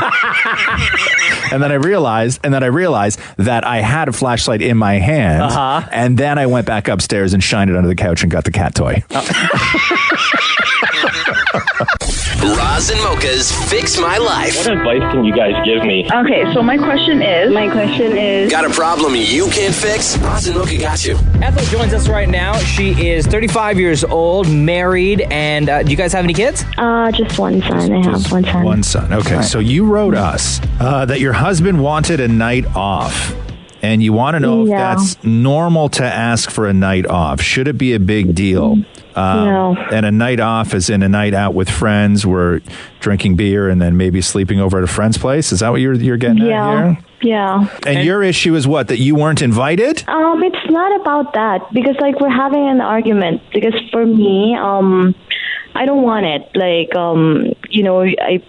I want him to be, with us, and spend some time with us, with me and his son. But all the time? Not all the time, because I only have every other weekend. So I just hope, it would gonna be fun, he would gonna spend it with us. But what do you mean every other weekend, though? Explain your situation a little bit more. So do you not live with one another? You don't live in the same house? No, I live with him. It's just that I have a work every other weekend. Oh, so I'm expecting him.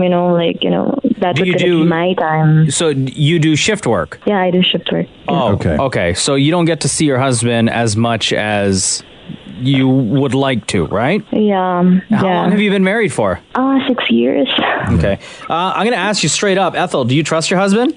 Yeah, I do trust him. Yeah. So if it's one night, does he go out a lot? He wants this thing, once in a month, thing of just one to go out. Yeah, to go hang out with his with his best friend. Okay, so I'm gonna break a few things down here for you, just about dealing with guys and men. When you hook up, the one thing you can't do, and this does go both ways, but I'm just going to speak to it in your specific situation. Okay, you can't ask him to ditch his friends. Yeah. Okay. You can't ask him to be there and present 100% of the time. You can't ask him to be a girlfriend, meaning you all need other people in your life that are independent of your own relationship. You can't have all couple friends. Okay? You can't do everything in your life as a couple. He needs people that he trusts and he feels his best around, that he can go and be with in a trusting sort of environment. These aren't people that are going to go get him into trouble and don't respect your marriage. Okay? So let's assume that everybody is on board and you need people outside of you do as well. Yeah. Okay? Because women talk to women differently than men talk to women or women talk to men. Okay? There are things that your girlfriends will understand way better than your husband, and because your husband doesn't understand those doesn't make him broken. Okay? It's just guys listen and they talk about different things. The one thing that I find weird in relationships is when somebody phrases something like they need a night off. That's weird to me, okay? To say that you need a night off is, to me, a slippery slope of then I need a week off, and next thing you know, we're on a trial separation. So even saying those words in that way, that you need a night off, is weird. The other thing that in relationships that you should know is that I know at home when Catherine needs a win. Right? I know at home when she has had a bad week, and I know at home when she needs to just sit and chill. And we make sure that she then gets a win, or that I get a win after a terrible week. Sure. And what that win is, I don't know. You know what I mean? I don't know, but it's just you being compassionate and recognizing that the person you love may need to catch a break, right? This may be his break that he needs. Now, the thing that you don't do, and I find that this is a huge mistake in relationships, is that if your husband then gets to do one, then you get to put one in the bank. That's awful. Don't do that. So if he gets to go out, you're like, okay, well, if you get to go out with your friends, then that means one night next month I get to go out with my friends. Don't do that, because then you don't care about the person at that point. You're just putting one in you're putting one in the bank. Okay. That's the wrong way to do it. Does your husband need a night out? When you look at your husband, does he need this? Well, I guess so, yeah, because he's working and like Ethel, here's the thing. Your husband has friends. You have friends. You need to spend time apart, not because you dislike each other or that there are problems in your marriage, but you just need to hang out with your friends sometimes, and sometimes he just needs to hang out with his friends. Sometimes it comes down to jealousy, because like if he has some people that he can go and hang out with, maybe she doesn't. Yeah, but that's not his problem, though, honestly. And I know that that's really harsh to say. Do you have friends that you could go out with? Yeah, I do have friends. But the thing with him is like he would gonna hang out overnight. Sure. But, okay. But what's wrong with that? Like if he goes and he drinks a little bit too much and, you know, he doesn't want to get behind the wheel to drive home. I mean, the safest thing to do is to crash at a friend's house. No, it's to take an Uber home. Exactly. I was going to say. What are they doing all night? Let's find out what they're doing all night. What do they do all night? Why does he need to be out all night? What are they spending their time doing? Actually, that's his reason, because like he's drunk. He don't want it to drive home. Okay, then Mocha's right then. Mocha's right. Listen, I'll tell you right now, Roz, Maurie, I'll tell you too, Ethel, I have a planned night out coming up soon where the Uber drive home from downtown Toronto to where I live was going to cost like $140, right, on a Saturday night. And the only other option is to crash at a buddy's condo and just sleep on his couch. All right. Which, that's what the plan is. Yeah. Right? Done. Perfect. I will say this too, you know, and it goes both ways with men and women. The one thing that you can't ask of the person that you've settled down with is you can't ask them to give up the things that they're passionate about.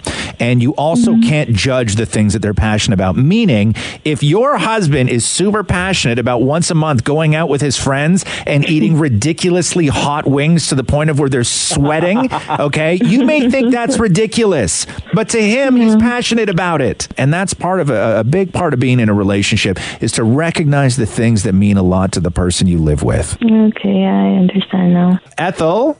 Yeah? Did this help at all?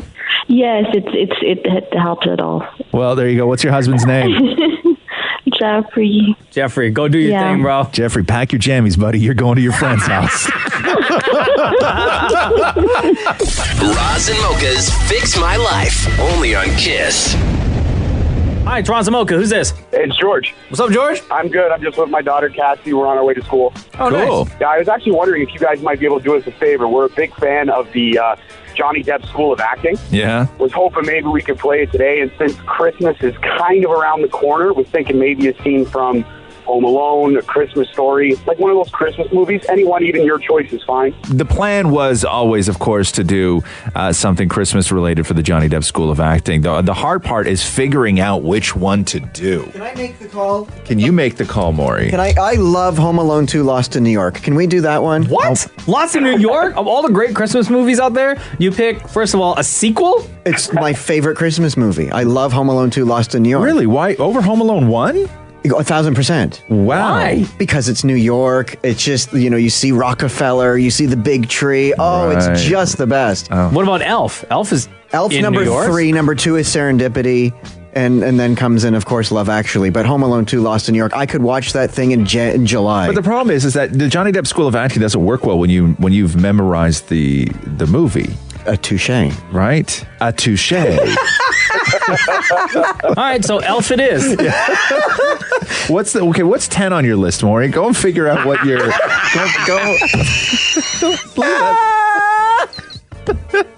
We're going to do for you, sir. We're going to do Maury's 10th favorite Christmas movie for the Johnny Depp School of Acting. Scrooged. Right? Okay, no, you got to go make your list, and we'll come back, and I guess we'll do your 10th favorite, Maury. All right.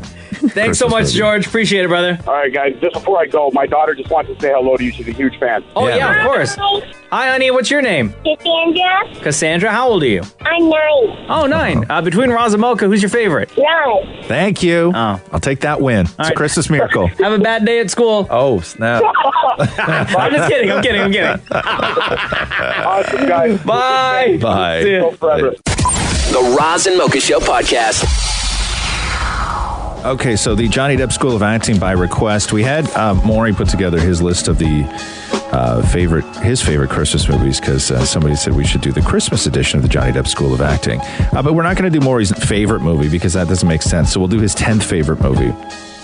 So Maury's list goes Home Alone 2, Lost in New York, Serendipity, Elf, Love Actually, Scrooged, The Holiday, Four Christmases, Polar Express, Christmas Vacation. Okay. And then How the Grinch Stole Christmas. So we'll How the Grinch Stole Christmas is 10th on your list? So we'll do How the Grinch Stole Christmas. Damn. And how this works, Johnny Depp, of course, the story goes, he's far too eccentric and weird to memorize his lines in movies. So what he does when he's on set is he has an earpiece in his ear and he pays somebody to sit off set and they have his script and then they read him his lines and then he just hears them in his ear and then he says them in the scene, which is, as we found out, extremely difficult to do. So that's what we'll do now. I have Maury's script. Yep. Mocha, you have your script. You'll be playing the part of the narrator. Damnit Maurie, good morning. Good morning. You'll be the part of the Grinch, and I will be feeding Maury's lines to him in his ear. Okay? All right, so Johnny Depp School of Acting, Christmas edition. Maury and Mocha, How the Grinch Stole Christmas. Take one and action. He snarled with a sneer. Tomorrow is Christmas. It's practically here. Then he growled, with his Grinch fingers nervously drumming. I must find a way to get a Christmas. Tomorrow, I know all the girls and boys will make Bryce and rush for their toys. And the noise, all the toys, all the noise. There's one thing I hate, all the noise, all the boys, the shriek and the shrek and the streak and the strek and the wheels and the dancing around. They'll blow their flute, floppers and flippers, and they'll hang their ticker-tackers, and they'll blow their woo-woo bubbles, and they'll hang their goggle gankers. I know that Dr. Seuss is real difficult to understand at the best of times. And he uses silly words all the time? He uses silly words, yeah. But you said, first of all, you said boys like a lot. Yeah. And then he said something about making rice. Yeah, there's a lot of boys making rice. Okay, let's try this one more time, okay? The Johnny Depp School of Acting Christmas edition, Maury and Mocha, How the Grinch Stole Christmas, take two, and action. Then he growled with his Grinch fingers nervously drumming. Tomorrow is Christmas. It's practically here. He didn't say that. It said I must find some way to keep Christmas from coming. oh, sorry, my bad. Okay, so we started at the top? Yeah, let's start again. Go. Yeah. Then he growled with his Grinch fingers nervously drumming. I must find a way to kill the coming and the coming after. I know all the girls and boys will make great rice, and they'll rush for their toys, and they'll open the doors, and the noise, There's one thing I hate, all the boys, and they'll shriek, and they'll squeak, and they'll scream, and they'll race around on their wheels. They'll dance in the jiggy-jangas. They'll blow their flute floppers with their fake tickets and takers. They'll blow their whipper-whoppers, and they'll hang their guards. They'll beat their drums 2 times. They'll make their ears make their noise. They'll deluxe. Oh, their bagels and legos. Okay. The bagels and the ragos? Okay. What is a cardio bagel? Is that when you're eating a bagel while you're on the treadmill?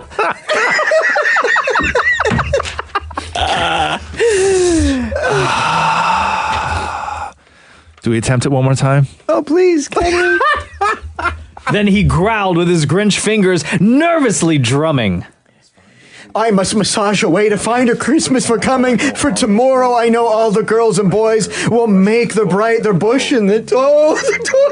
Oh, the noise and the noise. Oh, the noise and the noise. The squeak, squeak, squeak. And they're racing around on their wheels and they'll do the jig. And the flip-floppers. They'll tink-a-tinks. They'll blow their hooplas. They'll bang. Oh, I'm not saying that. And that, ladies and gentlemen, is the Johnny Depp School of Acting. Here we go. The Roz and Mocha Show podcast. Science has confirmed that cold weather makes you want to drink. Sorry, what? Science has confirmed that cold weather makes you want to drink. We know that already. God, when it's cold science. outside, you do want to drink. A new study at the University of Pittsburgh actually is the first people to confirm it. The researchers found a direct connection between the weather in a city and the average alcohol intake, and it makes sense. When you get drunk, the alcohol increases the blood flow to your skin, which actually does warm you up. But of course, be careful. They also found that people in cold weather climates are more likely to have liver disease. Russia. I just threw that in. That's not part of the story. The Roz and Mocha Show podcast. Oh, what's this? Oh, Christmas. Christmas trees are up all over the place. I haven't done mine yet. We haven't done ours yet either. We were at my sister-in-law's place last night. They had done their Christmas tree. Really? Yeah. Everything seems real, and I know people say this all the time, but everything seems real early this year for some reason. I don't know why. I think it's because it's been such a terrible, bloody year. Yeah. And all the news has just been awful. Everything is just awful. Everything sucks right now. Everything you read.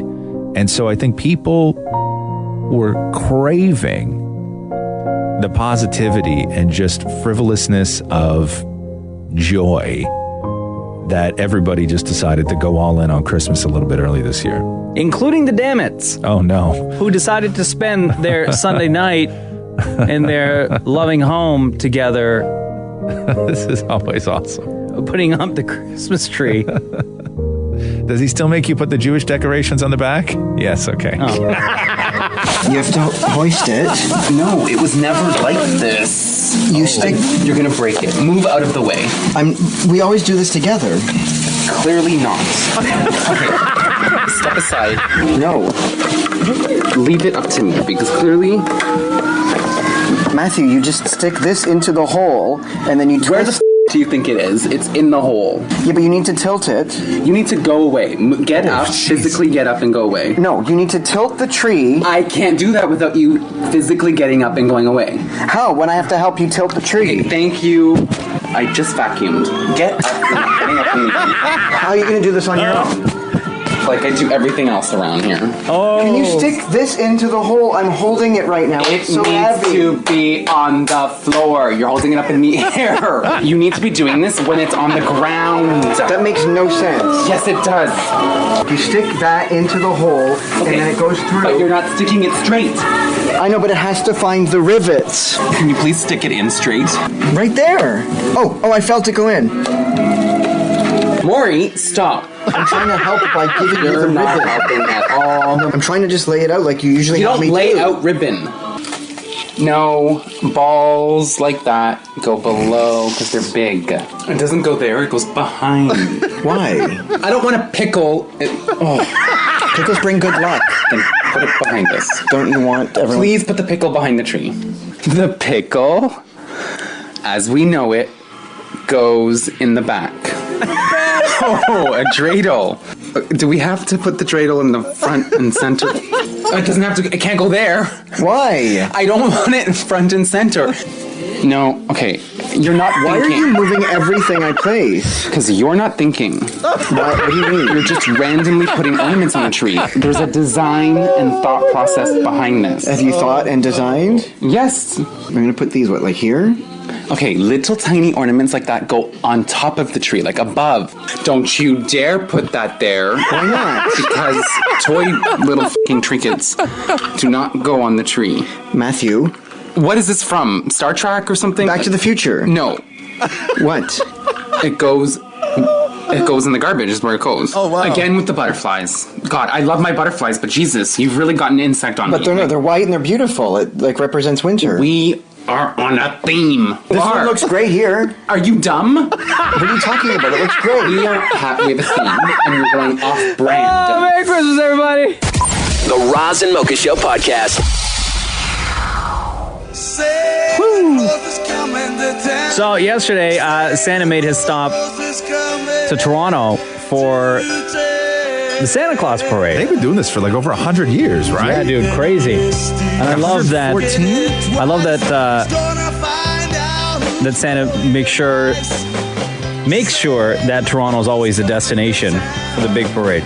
Yeah, taking a break from making all them toys up in the North Pole. It's awesome. My kid was there every year.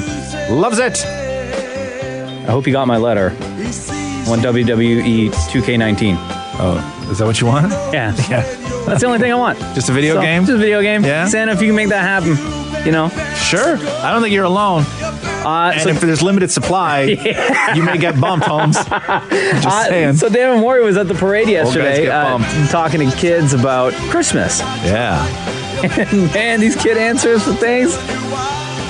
So good. Yes, that's right. We are not live from the Santa Claus parade. The streets strewn with boys and girls excited to see Santa. And this is the time of year where I am not the only person with a belly that jiggles like a bowl full of jelly. What is something that you've done that might put you on the naughty list this year?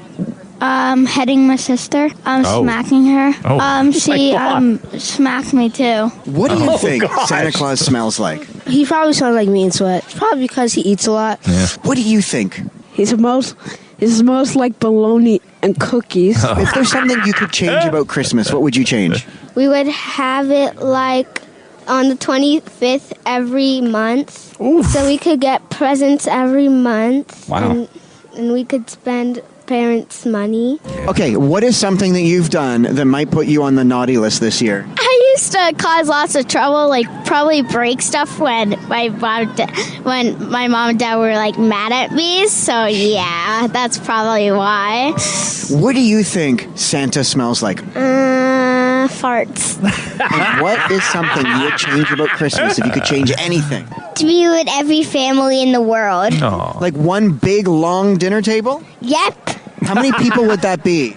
5,000. What do you think Santa smells like? Tomatoes. Why does he smell like tomatoes? Well, honestly, because he's red. What do you think Santa smells like? Body lotion, maybe? Because he probably showers every day. Yeah. If you were to take a whiff, what does he smell like? Boogers. Oh, yeah. That's awesome. What does that smell like? Salty. Why do you think that's what he smells like? Because his big bushy beard. What is something that might have put you on the naughty list this year? Maybe getting in a fight with my sister. Sometimes we argue about random things. What is something you would change about Christmas? If you could change anything about Christmas, what would you change? I would put everyone in one big room and then we could all sing Christmas carols. What do you think Santa smells like? Disgusting reindeer poop. Oh, wow. I don't know why, because he's the one that has to take care of his reindeers. True. Merry Christmas from Kids 92.5. The Roz and Mocha Show podcast. Breaking news. Which is what, Maury? Hailey Baldwin has officially changed her last name on Instagram to Bieber. Oh, there you go. It's now Hailey Bieber. Hailey Bieber. 15 million followers, Hailey Bieber. There you go. That's what happens a lot of times when people get married. But celebrities don't often change their last name, though, because, they're credited on screen or whatever to Baldwin. I think sometimes they do. And then they regret it, like on Friends when it was that Arquette lady, where then they break up and then they have to change the name on the credits again. Right. Well, I mean, Courtney Cox. You can go back, because Roseanne changed her name and then went back. But then it lives on forever on the DVDs. Did she really? She was Roseanne Arnold for years. Oh, yeah. That. Yeah, that's true. Yeah. But I think that I there's a lot of people that do wind up changing their name, but you never really know it because they still use for TV. For sure. Like Courtney Cox, for the longest time, she was Courtney Cox Arquette. Yeah. I know, but now when you watch Friends repeats, I'm sure it haunts her that it comes up on the You screen. think she's sitting around watching Friends repeats? Don't they have like kids together? They still get along, right? Yeah, but it's on the screen in text forever now. I think you think people think way too much about that stuff. Yeah. I don't think that's not something that haunts you. Why didn't you, Matthew, change one of your names? Was that ever a discussion? It was discussed. I wanted to hyphenate it, but he didn't want me to take his last name. And Why? And he didn't want me to, and he really didn't want to take mine. I think, hold on a second here. I got to double back a couple words. Which Yeah. Why did Matthew want? Did Jenna take your? Did Jenna take Fran? Okay, okay. So go ahead now, Maury. It's just like, he goes, you don't want to. I don't want another Almeida. We don't need another Almeida. So you just stay with Sherman, and I'll stay with Matthew Almeida. And I'm like, well, why don't you then take Sherman? He's like, hell no. Oh, wow, this your pops. And Frank. I'm like, what if I? What do you call it? The dash. Yeah. And he's like, no. Just you be you. I'll do me. Yeah. See, because I actually agree with that. I think that the idea of changing a name is somewhat ridiculous. The only time that it really matters is when you have a kid. In a perfect world, your kid, just to cut down on confusion, has the same last name as both the parents, right? That's what everything sort of works out. But when people start getting into hyphenated names, and I know a couple that when they got married, they each hyphenated their name. Yeah. So he changed his last name with the hyphen, and she changed her last name with the hyphen. My sister Mira, she got married to Eli, instead of hyphenated, they morphed the name together, the last name together to... They created a new name. They created a new name, Lion Bloom. Right. And so their daughter, Sadie, is Lion Bloom, and both of them changed their name to Lion. So what was her name before? Lion. And his name? Bloom. Oh. So they no hyphen, just Lion Bloom. Yeah. They just created a whole new last name. So that interesting. New last name will last for... Wait, did they had a boy or girl? A girl, Sadie. Oh, okay. So I guess it kind of ends there, right? No, I mean, if Sadie decides to not want to change her last name... Right. But their kids will never take it, right? So if Sadie has kids, then it becomes the guy's potentially last name. Sure. So if Justin Bieber and Haley Baldwin, they could have been Baldber. Which tell me that's not a sexy name. Or what about Biebwin? No, that doesn't roll off the tongue. No, Baldber. Baldburbs. Right. The Baldburbs. Baldwin, Bieber. Baldber, yeah. Baldber. That sounds right. gross. But I like that one though. The lion. What's that Lion name? Bloom. Lion Bloom. That's a beautiful last name. It's fierce. Yeah. It's pretty fierce. No, that's a great last name. I'm all for that too. The idea with names and changing it when you're a couple, I think it's really up to you. I don't think that this is necessarily something that you have to play by these old school rules for. I don't. Was it a discussion for Roxy as to whose last name Roxy It actually would get? wasn't a discussion, to be honest with you. It wasn't. It wasn't really a discussion. We didn't sit there and have this huge sort of thing over it. I would have been up for the discussion, but it really wasn't a discussion. Roxy's name, her first and middle name, was a discussion, but it was a conversation that Catherine and I had literally for 2 seconds. Yeah. And we decided on a name. There was no sort of debating back and forth and back and forth. Because you can't win a debate with him. Oh, Maury. Wow. Come on, that was actually a really good zing. Catherine's listening right now, bro. It's like, you look at the clock. Look at the clock, man. Okay. The Roz and Mocha Show podcast. I was reading that statement from David Arquette. What happened now? David Arquette's like a huge wrestling fan, right? Yeah. Like he's got Macho Man Savage and Miss Elizabeth tattooed on him somewhere. He was in a wrestling movie back in the day. Yeah, but he's still he kind of wrestles now. And he did some stuff with WCW at one point. And everybody thought that he was died. He took part in like a death match in some LA bar. I guess over the weekend. Oh, okay. And the tweet that turned me onto this was it turned you on. Somebody on Twitter named LA Musing wrote, "Tonight, actor David Arquette was wrestling in a death match in a dive bar in L.A. with a convicted bank robber who served 5 years in prison. He had his throat cut with a light tube and face slashed up with a pizza cutter." Get out of here. Yeah, so I guess in a death match, and maybe you can help explain this to me, they hit each other with fluorescent light tubes, right? I mean, I've seen that done in an organization back in the day called ECW. Yeah, so that's the kind of match that David Arquette took pizza part cutters? in. Yeah, and then they go at each other with like forks and pizza cutters. I mean, I don't know about that. And so I guess they were hitting each other with these light tubes, and then this guy who David Arquette was fighting grabbed one of the light tubes and broke it in half and held onto it like there was still like 12 inches left on it. Like a knife? Like a knife, and started grinding it into his forehead. Oh my God. And David Arquette flinched and moved, and the light tube went into the side of his neck. Oh my God. And then David Arquette immediately started holding the side of his neck during this match. Because he's just covered in blood at this point. Yeah. And so nobody really knows what's going on. You don't know where the blood's coming from at that point. You don't know where it's coming from. He just felt something go into his neck. And then he gets out of the ring and starts to leave. But these wrestling guys, even guys like David Arquette, who take wrestling so seriously, goes and gets back in the ring again. He's probably just still full of adrenaline, right? Still while holding his neck, and then allows the guy to pin him. And then he gets up and he leaves. Like he still went back in to finish the match. Got to finish the match. Got to finish that match while holding his neck. And David Arquette had tweeted right afterwards, it turns out death matches aren't my thing. Really? You think? Yeah. But then everybody started going in on the wrestler that he fought, blaming him. And then David Arquette broke it all down, and he's like, listen, it was completely my fault. It was my inexperience. I flinched, and, I take full responsibility. Wow. And then he wrote this like really long, and he goes, the main reason I got injured was my lack of experience. Don't try this at home. And he goes on to say, as some of you might have seen last week, I was injured in a wrestling death match. People just speak of this like it's an actual thing. Yeah. Like, you know what I mean? And he goes, I wanted to make sure to address the photos and video that have surfaced, because if you have not seen them yet, they're horrific. Oh my God. As this is not the type of wrestling you watch on TV. No kidding. I knew it was violent and potentially bloody, but I truly did not know the extent of what I was participating in. So you signed up for something called a death match where you don't fully understand what you're participating in?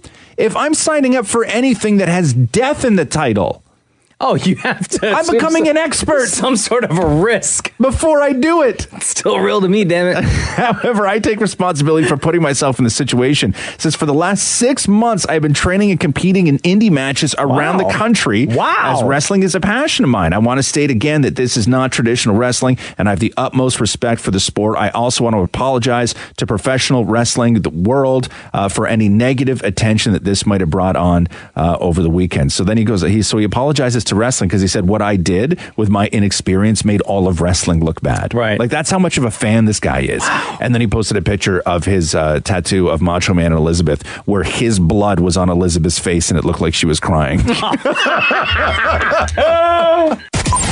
Roz and Mocha Show podcast.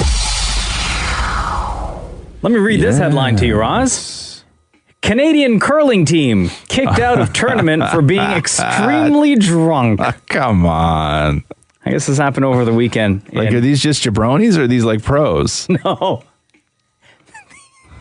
It's our Olympic team. Shut up. Shut up. Oh, no. Yeah, there's a report. Way to represent. CBC Sports is reporting that Ryan Fry, along with his teammates, Jamie Coe, DJ Kidby, and Chris Schill, forfeited their final match at the Red Deer Classic after complaints came in, calling them, quote, extremely drunk and unruly. Snap. Here's what the facility manager where they were playing says. They went out to curl and they were extremely drunk and breaking brooms and swearing and just unacceptable behavior that nobody wants to watch or hear or listen. And it was just enough was enough. Oh, wow. There was some damage in the locker room and other teams complaining about their stuff being kicked around in the locker room. No. So at the end of the day, it was like, okay, that's enough of this gong show. What you doing? What you doing? And then I guess the World Curling Tour tweeted out a picture. Let me read this. Of a sign posted in the arena that reads, due to the unacceptable behavior from Team Jamie Coe, the Red Deer Curling Classic Committee has disqualified this team from further play this weekend in the 2018 Red Deer Curling Classic and in future Red Deer Curling Classic events. Oh my God. Like, what are you doing getting that hammered? Oh, also, the game, that match, they played at noon. No. So, for you to get wasted before your curling match. I gotta see what these guys look like. Are there pictures of them hammered? Like, I guess it wasn't. I guess nobody filmed this, right? I don't have any pictures here God, of them being hammered. See, but maybe that's why they got so drunk. Look like a group of dads drinking at 10 a.m. and decided to. I'm trying to find it because you know how they always wear those cool pants too, right? Oh, yeah. Oh, yeah. Here, listen to this. They downed 30 to 40 beers and several shots of alcohol prior to the noon match. Get out of here. No way. Read that again. How many? 30 to 40 beers. And how many are there? 4? Yeah. 30 to 40 beers and several shots of alcohol prior to a noon match. Like, that is crazy. Like, I want to know what was going on because because this is something that they've done before on a professional level. These are friggin' Olympians. Yeah. Right? Like, I want to know what the circumstance was that they decided to get that lit and then acquire all that alcohol in the morning and start running through it before their big match at noon. Yeah. And I know how people get, especially when you're really good at something. But I don't know if there was ever a case where somebody was right when they said that they could do something just as good drunk as they do sober. I don't know if anybody who's ever said that has been right. Do you think it was like a bet between them? But it's a competition, though. Like, I think you do that with your jabronis on the weekend at the local rink. But they were like, listen, we've seen all these other teams already. We've kind of watched how they play. We could probably beat them drunk. But why, though? But why? Because they never have? I don't know. But why? Like, listen, they're Olympians. They don't have to prove anything else. Right. God, that would be great if just for once, all Olympians just got drunk to do the thing that they do. Right? I would love that Olympics. Yeah, like the last day of the Olympics. Sure. If everybody just got lit. Yeah. And you were even allowed like a bonus day. Yeah. Just a bonus and day. There's no medals awarded. None. Right. At all. In any sport, every sport. Ping pong. Diving. Martial arts. Boxing. Luge. Oh, no. Right, luge would be very... somebody would die. Somebody would die. You're right. Luge would have to be excluded. Half pipe. Half pipe. The Roz and Mocha Show podcast. Hey, Maury, come on in here for a sec. My love, if I asked you guys both to define to you what being rich is, what would your answers be? To you, what would constitute being rich? I'd say wainscoting and stairs. I would say... Very low expectations. Having your mortgage paid off. Yeah. And your expenses kind of like manage all your bills and stuff. So like rich though. Yeah, rich. like no car payments, no mortgage whatsoever. I don't think are you asking for a dollar figure? No, well, I mean some people do, sure. No, I would say because everybody's, yearly salary is different. Mm-hmm. And I think being rich, you could say once you have the bigger expenses kind of like paid off, mm-hmm. all that not extra, but all that money that you're making on a monthly basis is, I don't want to say play money, but play money. I'm going to add to this. Yeah, go ahead. I'm going to say you're rich when you can go out with a table of friends, cover the bill, and still have, I guess, the ability the next day to buy yourself dinner or lunch. Like, if you pay for your friend's dinner, you're not in the car going, oh my God, what did I just do? Okay, so, yeah, sure, okay. And leave a nice tip. Okay, and it's interesting because you guys are right on the sort of same path that the people who answered this question in this survey, it had very little to do with the dollar amount, as you brought up, Mocha. Yeah. Like, people don't define rich as $5 million in the bank. And I don't think rich necessarily means being able to buy like gold dogs and figurines and stuff. Sure. So at number 5 was earning a lot of money through your job, right? But that was only 4% of people. Huh. At number 4 was having lots of savings. That was only 10% of the people. And then we get into the top 3 most popular definitions of what people said being rich was. At number 3 was having meaningful relationships with friends and family. Oh, okay. That's somebody would consider that to be a rich life. Maury just curled his face like he smelled a bad smell. To me, rich is the complete opposite. To me, rich means you don't need to deal with family and Wow. Damn, so you'd be like a rich a-hole, right? Like, Isn't that part of being okay. rich? Is At that, you know? yeah, it is more. Trust me. At number 2 was living a happy life, no matter how much money you earn. Okay. Right? See? That to people is a rich life. I agree with this. Yeah. Is being able to live a happy life, no matter. I do think that people put too much emphasis on happy and way less emphasis on the most important thing, which is finding purpose in most life. rich people are miserable. That's not true. Right? Shut up. Living a happy life no matter how much money you earn. And number 1 was being able to afford the life you want. Like many shoes. If that's the life you want. Like you watch Sex and the City and she has many Manolo Blahniks. To me, you can define richness by having, you know, several pairs of shoes. Right, several pairs of shoes. So it all depends on how you, what it is that life that you want and being able to afford that. Because some people would want a very simple life. You want to go and live off the grid in a cabin in the woods that you got the, you know what I mean? That you spent 20 years of your own life and sweat, you know, building, and that's just the life you want. You could attain that life and that will make you feel rich. You may have no money in the bank, but to you, that's the rich life. So I would like to be able to be rich where I could go to a hotel, eat, you know, the minibar nuts and stuff, and not be like, that was just $5. Right. You want to go to a hotel, Maury, and be able to check out and go home without stealing the soap because you need it. Yeah. Right.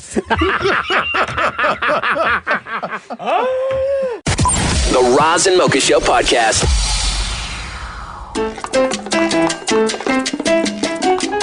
Did you guys hear the Sex and the City story that dropped yesterday, or the news that dropped late yesterday?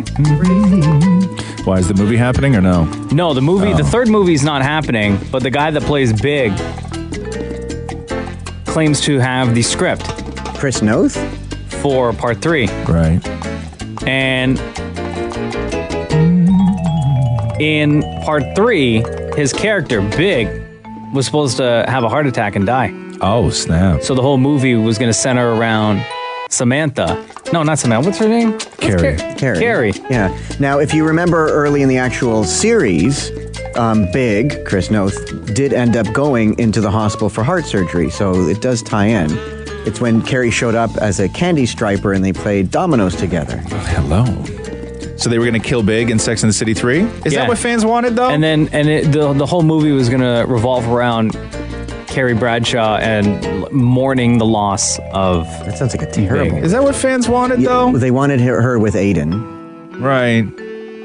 Should have But, like, do they want to see Carrie grieving the loss they of don't. Big? No, they don't. But...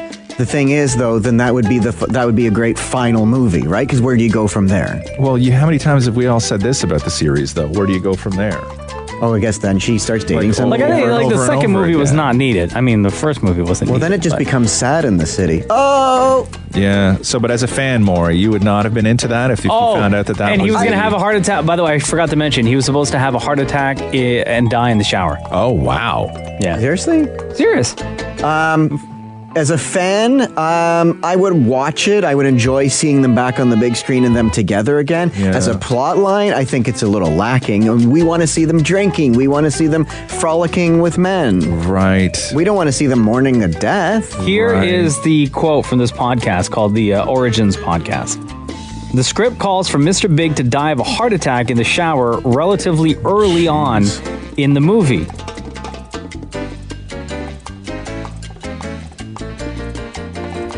And that's it. And that's it. When did Sex and the City debut? Like, how old are these women 1998? No, it's got to be earlier than that. Right? 97, 98, they're all in their 50s now, right? I know that Kim Cattrall is. Hold on here, I'm trying to think. Yeah, 98 to 2004, Sex and the City, the TV series. Yeah. And so how old are they? Like, and not that there's anything wrong with that, but I feel the same way about the gals from Sex and the City as I do, about Al Pacino and Robert De Niro, where they're still playing tough. Yeah. No, you're not, Grandpa. Yeah, I'm like, no, you're not. You're not. You're bad grandpa now. Yeah, you're bad grandpa. You're not tough mob guy. Like, I don't buy it anymore. Yeah. At that point, you're kind of gilding the lily where you're, I don't know. What? Stop it. You're what? It's an old-timey saying. Look it up. Okay. Talk about being old. Yeah, okay. I know. Listen, they can't be old, but you can be. But I think like how much of Sex and the City, or even like a De Niro Pacino thing where there's still mob bosses calling hits on guys, like how much of that are you just enjoying it for nostalgia, and then also how much of it is sad? Like, I don't know how much I still want to see Samantha running around trying to get laid. Well, let me ask you something then. Yeah. Why was it okay for the Golden Girls but not okay for these older women? Because the Golden Girls is a completely different thing. The Golden Girls, those were older women who were trying to get men. It's a much different story, though. I know, but it's a much different story. But it's still older women that we enjoyed seeing them. No. It's a much different. The Golden Girls were the Golden Girls, for God's sake. I don't know if I want to see the Sex and the City gals, much like I don't want to see Pacino and De Niro. You still acting tough or still getting hammered at. I don't know. I don't know if it's interesting.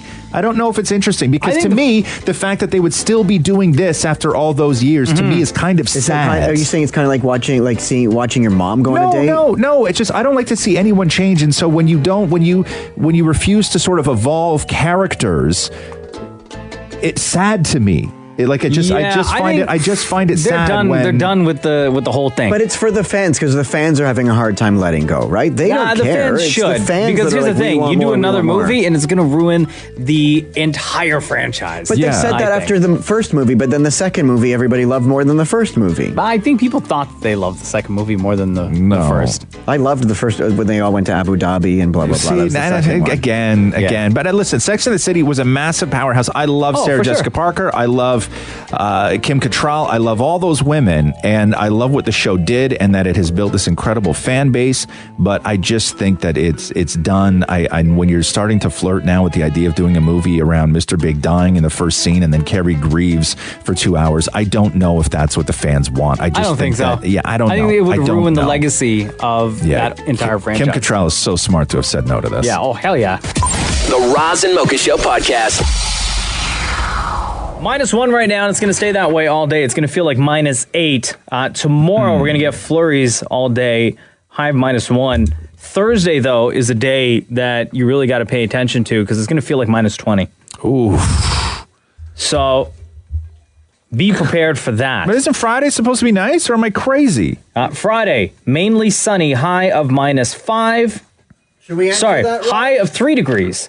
The low is -5. Should we answer that? If you're crazy, do you want us to answer that? Wow, jeez. Holy moly, Maury. You came here with the fire. I didn't even hear what you said. Oh, because Roz was like, is Friday supposed to be nice, or am I crazy? And then I said, what? Isn't Friday supposed to be nice, or am I just crazy? Right. Do I talk like that? I don't talk like that. Sometimes I talk like that? No, stop it. Stop it, Roz. Oh, shit. Both of you on me now. Oh, my God. What did I do today? Oh, my God. What did I do today? Nothing, Roz. Wow. Oh, that wasn't you? No. Oh, damn, Maury. Your Roz impression is like... Shut up. Don't encourage this. Bullseye today. And I don't know why you turned on me all of a sudden. I don't know why you turned on me all of a sudden. Oh, wait. That wasn't even you. No, what is that? Okay. Right? Stop it. You sound like a raptor. Like I saw... Are you okay today? I don't know what's wrong with you, Maura. I did nothing to you. What did you eat today? Like, did you eat something like you don't normally eat and it's throwing you off? No. No? No, I just had my funny pills. Which is what? I don't know. Are you on medication? Like cocaine? No. Oh my God, no. What do you mean? Like crack? No, I was trying to be silly. Oh. Well, somebody generally doesn't say I had my funny pills when they're not on some sort of antidepressant. Oh my God, stop. No. What? There's nothing wrong with being on antidepressants. No, I was just being silly. Oh. Yeah. Okay. Jeez, and hurtful. And hurtful. The Roz and Mocha Show podcast. Get ready for the purge. If you're on Instagram, they're taking action against your fake followers. Oh, thank God! Your fake likes, your fake comments. Hold on a second here. I know I have people in my life. Yeah. Oof. I have people in my life that I need to go and screenshot their followers. You better do that now. I did that when they did it with Twitter. Yeah. So the exact same thing is happening now with Instagram. I did it when they I screen grabbed people that I had suspicions of. Oh yeah, like serious suspicions of. Make sure you grab Damnit Maurie's because we know he pays for followers and stuff, right? I don't. No, remember Maurie made it out of the Twitter purge. Yeah, he made it out okay. Yeah, and I think I'm going to do okay with Instagram. Yeah. Right? No. Well, how many do you pay for on Instagram? Oh, none actually. To be truthful. Oh snap! You almost had him too. That was a good one. I almost got the exact number. Nah. Yeah, you almost got the. Is it like in the hundreds or thousands that you pay? It's in the zeros. Everyone that follows me is a real human being. Okay. This is fantastic. When is this happening? Because my Instagram's jacked right now. I can't get anything to work on my Instagram. Is Instagram down? No. Do we need to do a breaking news thing about this? Because my Instagram's not working. My Instagram's working right now. Maybe need to update they it. said Instagram announced that they'll be cracking down on third-party apps that increase follower counts through illegitimate means. That also includes fake comments and fake likes. Right. So get ready. The Instagram purge is coming. The Roz and Mocha Show podcast. What's up? Oh, Maurie, come in here for a second. Maurie, Good morning, Damnit Maurie. Yes, my brethren. All right. Let's redo that. Let's redo that part. Hello, Damnit Maurie. What up, peeps? Okay. Just say hi. Yeah, just say good morning, man. Like just a big, say, hey, where you walk on stage, everyone's clapping. That's what you would do if you walked on stage? No, that's in my mind when I walk in, when you ask me to come in. Yeah. In my mind, I'm like coming on stage and everyone's like, yes! Okay, get out. We'll do that again then. Okay, come on. And don't do some long, drawn-out thing, okay? Hey, Damnit Maurie, come on in here for a second. Damnit Maurie, everybody. Damnit Maurie. Yeah. Damnit Maurie! Oh, you all look fabulous. I think I like your what up better. Maurie told me that he got caught smelling his teeth yesterday. What? He got caught? Maurie got caught smelling his teeth. How do you smell your teeth? Exactly. That's what I said. Your teeth. Okay. So the way Maurie does it, and let me explain why first. So you explain this to me more, that you smell your teeth to find out if your breath smells bad. Everyone has their thing that they do to check if their breath smells bad. I smell my teeth. Most people put their hand up in front of their face and that do doesn't that. work. Yeah, that doesn't work. This is a true way of knowing if there's a bit of a problem. Okay, so what Maurie does is he takes his thumb and his index finger and he rubs his front teeth with them, and then he takes those two fingers and puts them in his nose and smells them. That is friggin' disgusting, dude. Also, not it. What do you mean? What do you mean? Oh, you want Mocha to smell my finger? Well, I'm just saying, I'm not doing it. In case we were going down that road, I ain't doing it. Come on, guys. I didn't know we were doing that. Neither did I. I just wanted to make sure that I said it first. I didn't even say we were going down the road if somebody's got to smell Maurie's teeth. I'm just saying that if we do go down that road, I'm not going with you. What do they smell like right now? Do you have bad breath? It smells like the energy bar I'm eating. What else did you eat this morning? I had a banana, an apple, chia yogurt, and an egg. And stop. Okay. You got to lead with the egg, bro. When we're talking about smelling your teeth, you got to get egg on that list first. That's a lot. And you woke up like 2 hours ago. I know, but I was sleeping for a while, too. Right. Wait, I have a really important question to ask. Yeah. Maurie, your teeth are going to get so dry if you keep rubbing them like that. Yeah, but then No, you can't rub it like that. It'll just dry right up on you. That's what she said. Stop. Did you brush your teeth this morning? Yeah, but then I had the egg. Okay. Yeah, because that makes all the sense. Okay, stop rubbing it like that, man. I'm just trying to get some stink on my fingers. No, because then you're going to have to start rubbing your tongue on the front of it and stuff, which is also weird. Okay. So... I hate you guys. No, come on, man. I thought you said you'd do anything for the show. Yeah, I would. Okay. Okay. Which episode did I say that on? Okay. Prove it. Okay. Somebody will, believe me. Okay, Maury, go on over there. Okay. So Maury's now, he has his thumb and his index finger. By the way, Maury got caught smelling his teeth the other day. And I know that sounds really weird. Like, how do you smell your own teeth? But he takes his thumb and his index finger and he rubs them on his front teeth and then takes those two fingers and puts them in his nostrils. My God. Maury's fingers are glistening right now. Right. Oh, God, they're glistening. Okay, so Maury, give him a good rub. Oh. Don't get them too wet. You can hear them. Oh, God, that sounds so gross. Wait, here. Listen. Those are his teeth. Okay, honestly, before even... Yeah. Maury, your teeth should not make it sound like we have a mouse. Okay? Okay, before doing this, though, Yeah. I'm going to say, I'm not standing that far away from Maury just now when he was doing that. Okay. I could already smell his mouth. Okay. Like his breath. Okay. But now you have to smell the teeth. Yeah, but you have to smell his teeth. No, but Right? it's not a good smell that's coming out of his mouth. No, I know. This is disgusting, guys. But nobody thought that it would be. Okay, go. Okay, wow. Gross. How was that? That's so gross. That is so gross. Oh, my But you see, it works. God. That's how you can check. Describe the smell. Your mouth reeks, dude. Do you smell all the things I ate? I smelled like old coffee. It smells like coffee and egg. Yeah, it's like you could have a clean mouth and a clean hand, but for some reason when you lick your palm and smell it, it stinks. Yeah. Oh, really? Yeah. Wow. Oh my God, dude. That was like the grossest thing. Honestly, that was the grossest thing. All right. I'm not going to be able to get that smell. Sam and Maury, everybody. Yay! You're disgusting. The Roz and Mocha Show podcast. Hi, it's Roz and Mocha. What's going on? Hi, how's it going? Good. How are you? Good. I was just calling in because Maury said that he brushes his teeth before he ate the egg.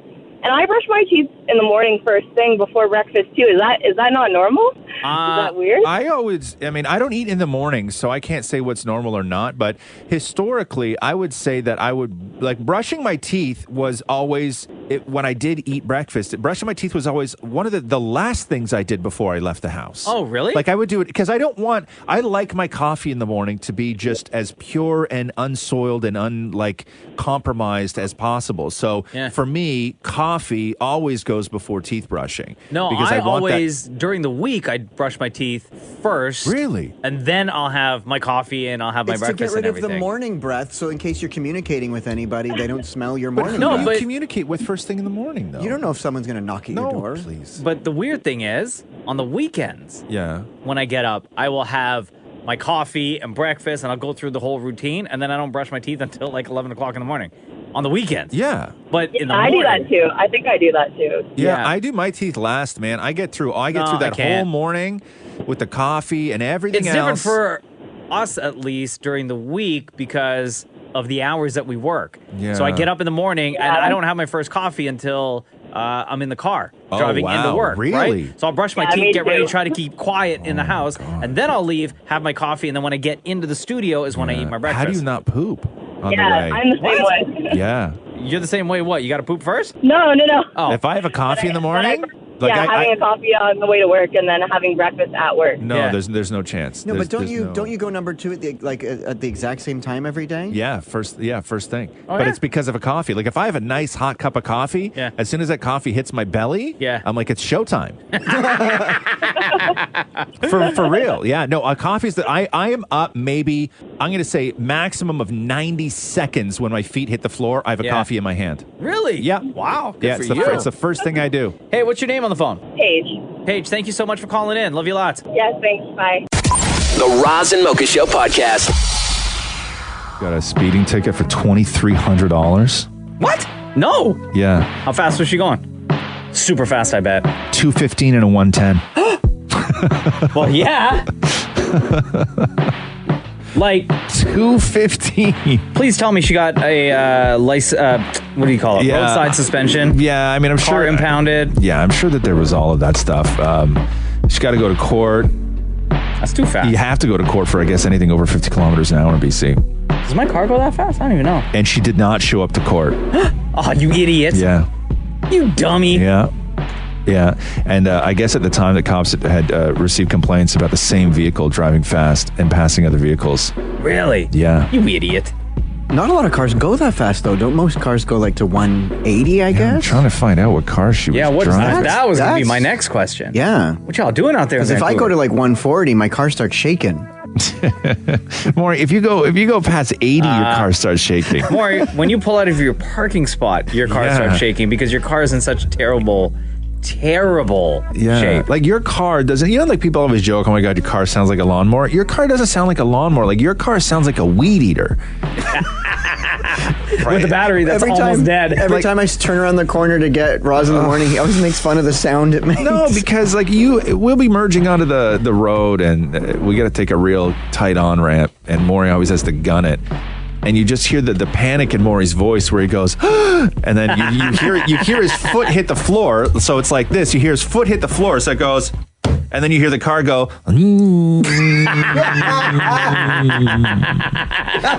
like it's, right? Like it doesn't sound like anything. It doesn't sound like a car. It sounds like something that is almost out of batteries. Right?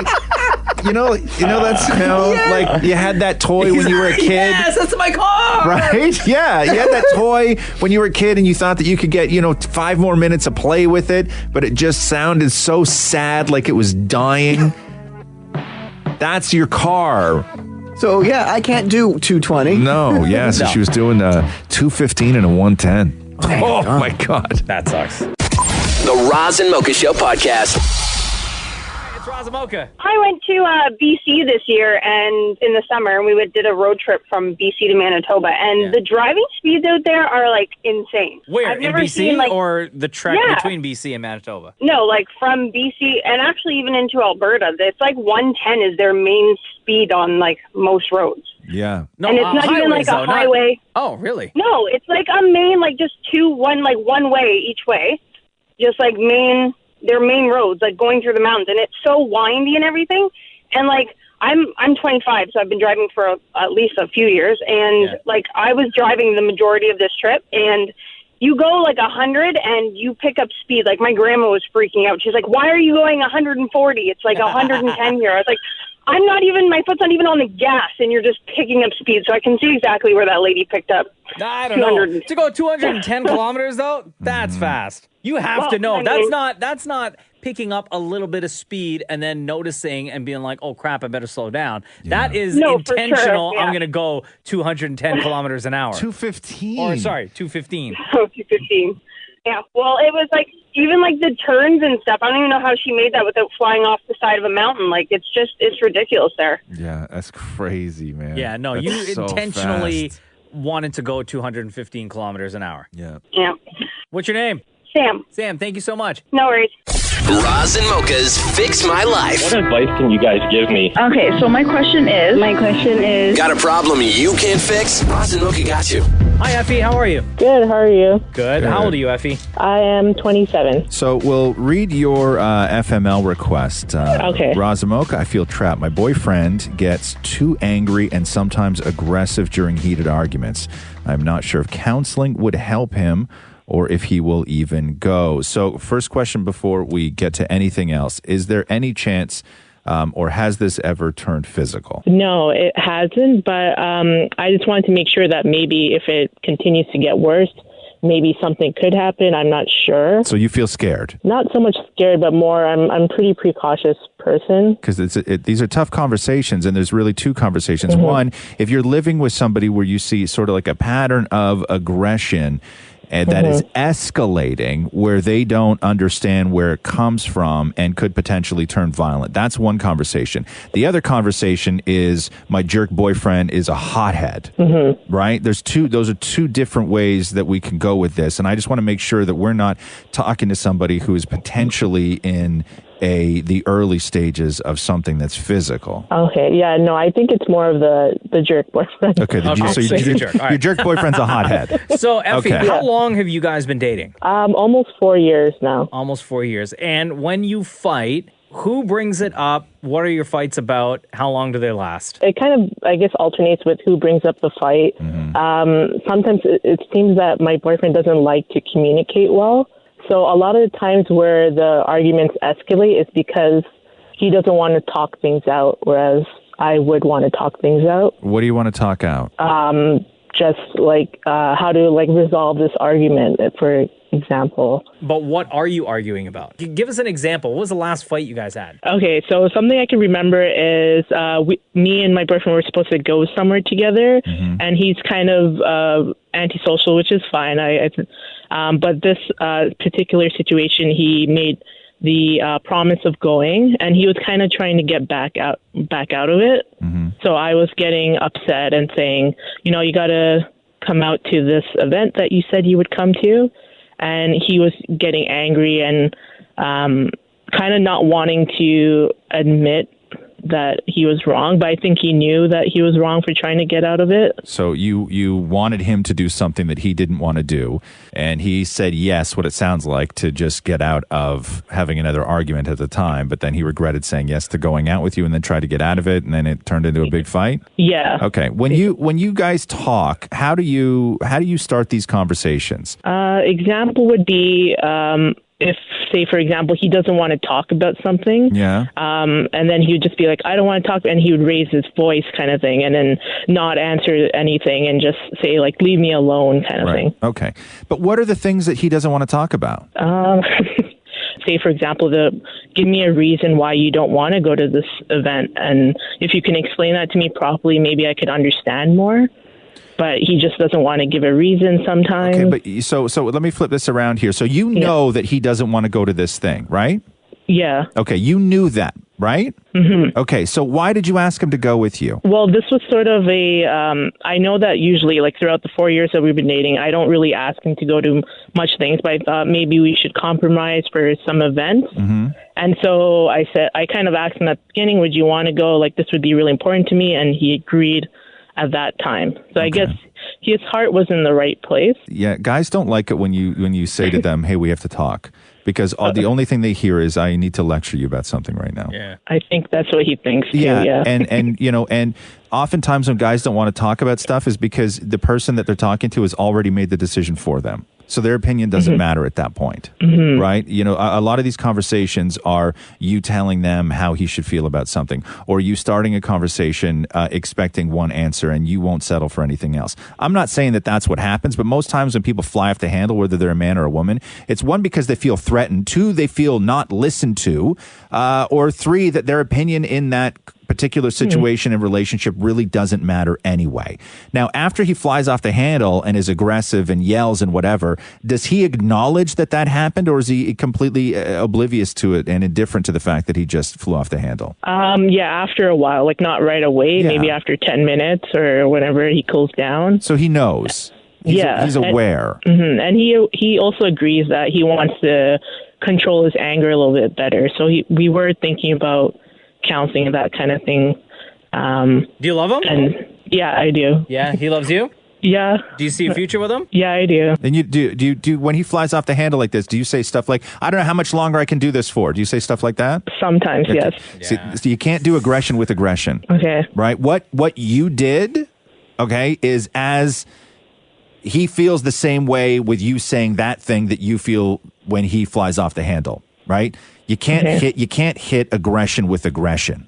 Okay. As a couple, the thing that you guys have to do is tell each other the truth all the time. The other thing you have to do is, if you both acknowledge that there's a problem, okay, then you have to work together to fix the problem. How would you say, like, for how you were saying before that he might feel threatened or that his opinions don't matter, how would you talk to a guy then and make him feel that his opinions do matter? Well, one, make sure his opinions do matter in your world. They do. You can't ask somebody how they feel about something and then dismiss their feelings. Okay.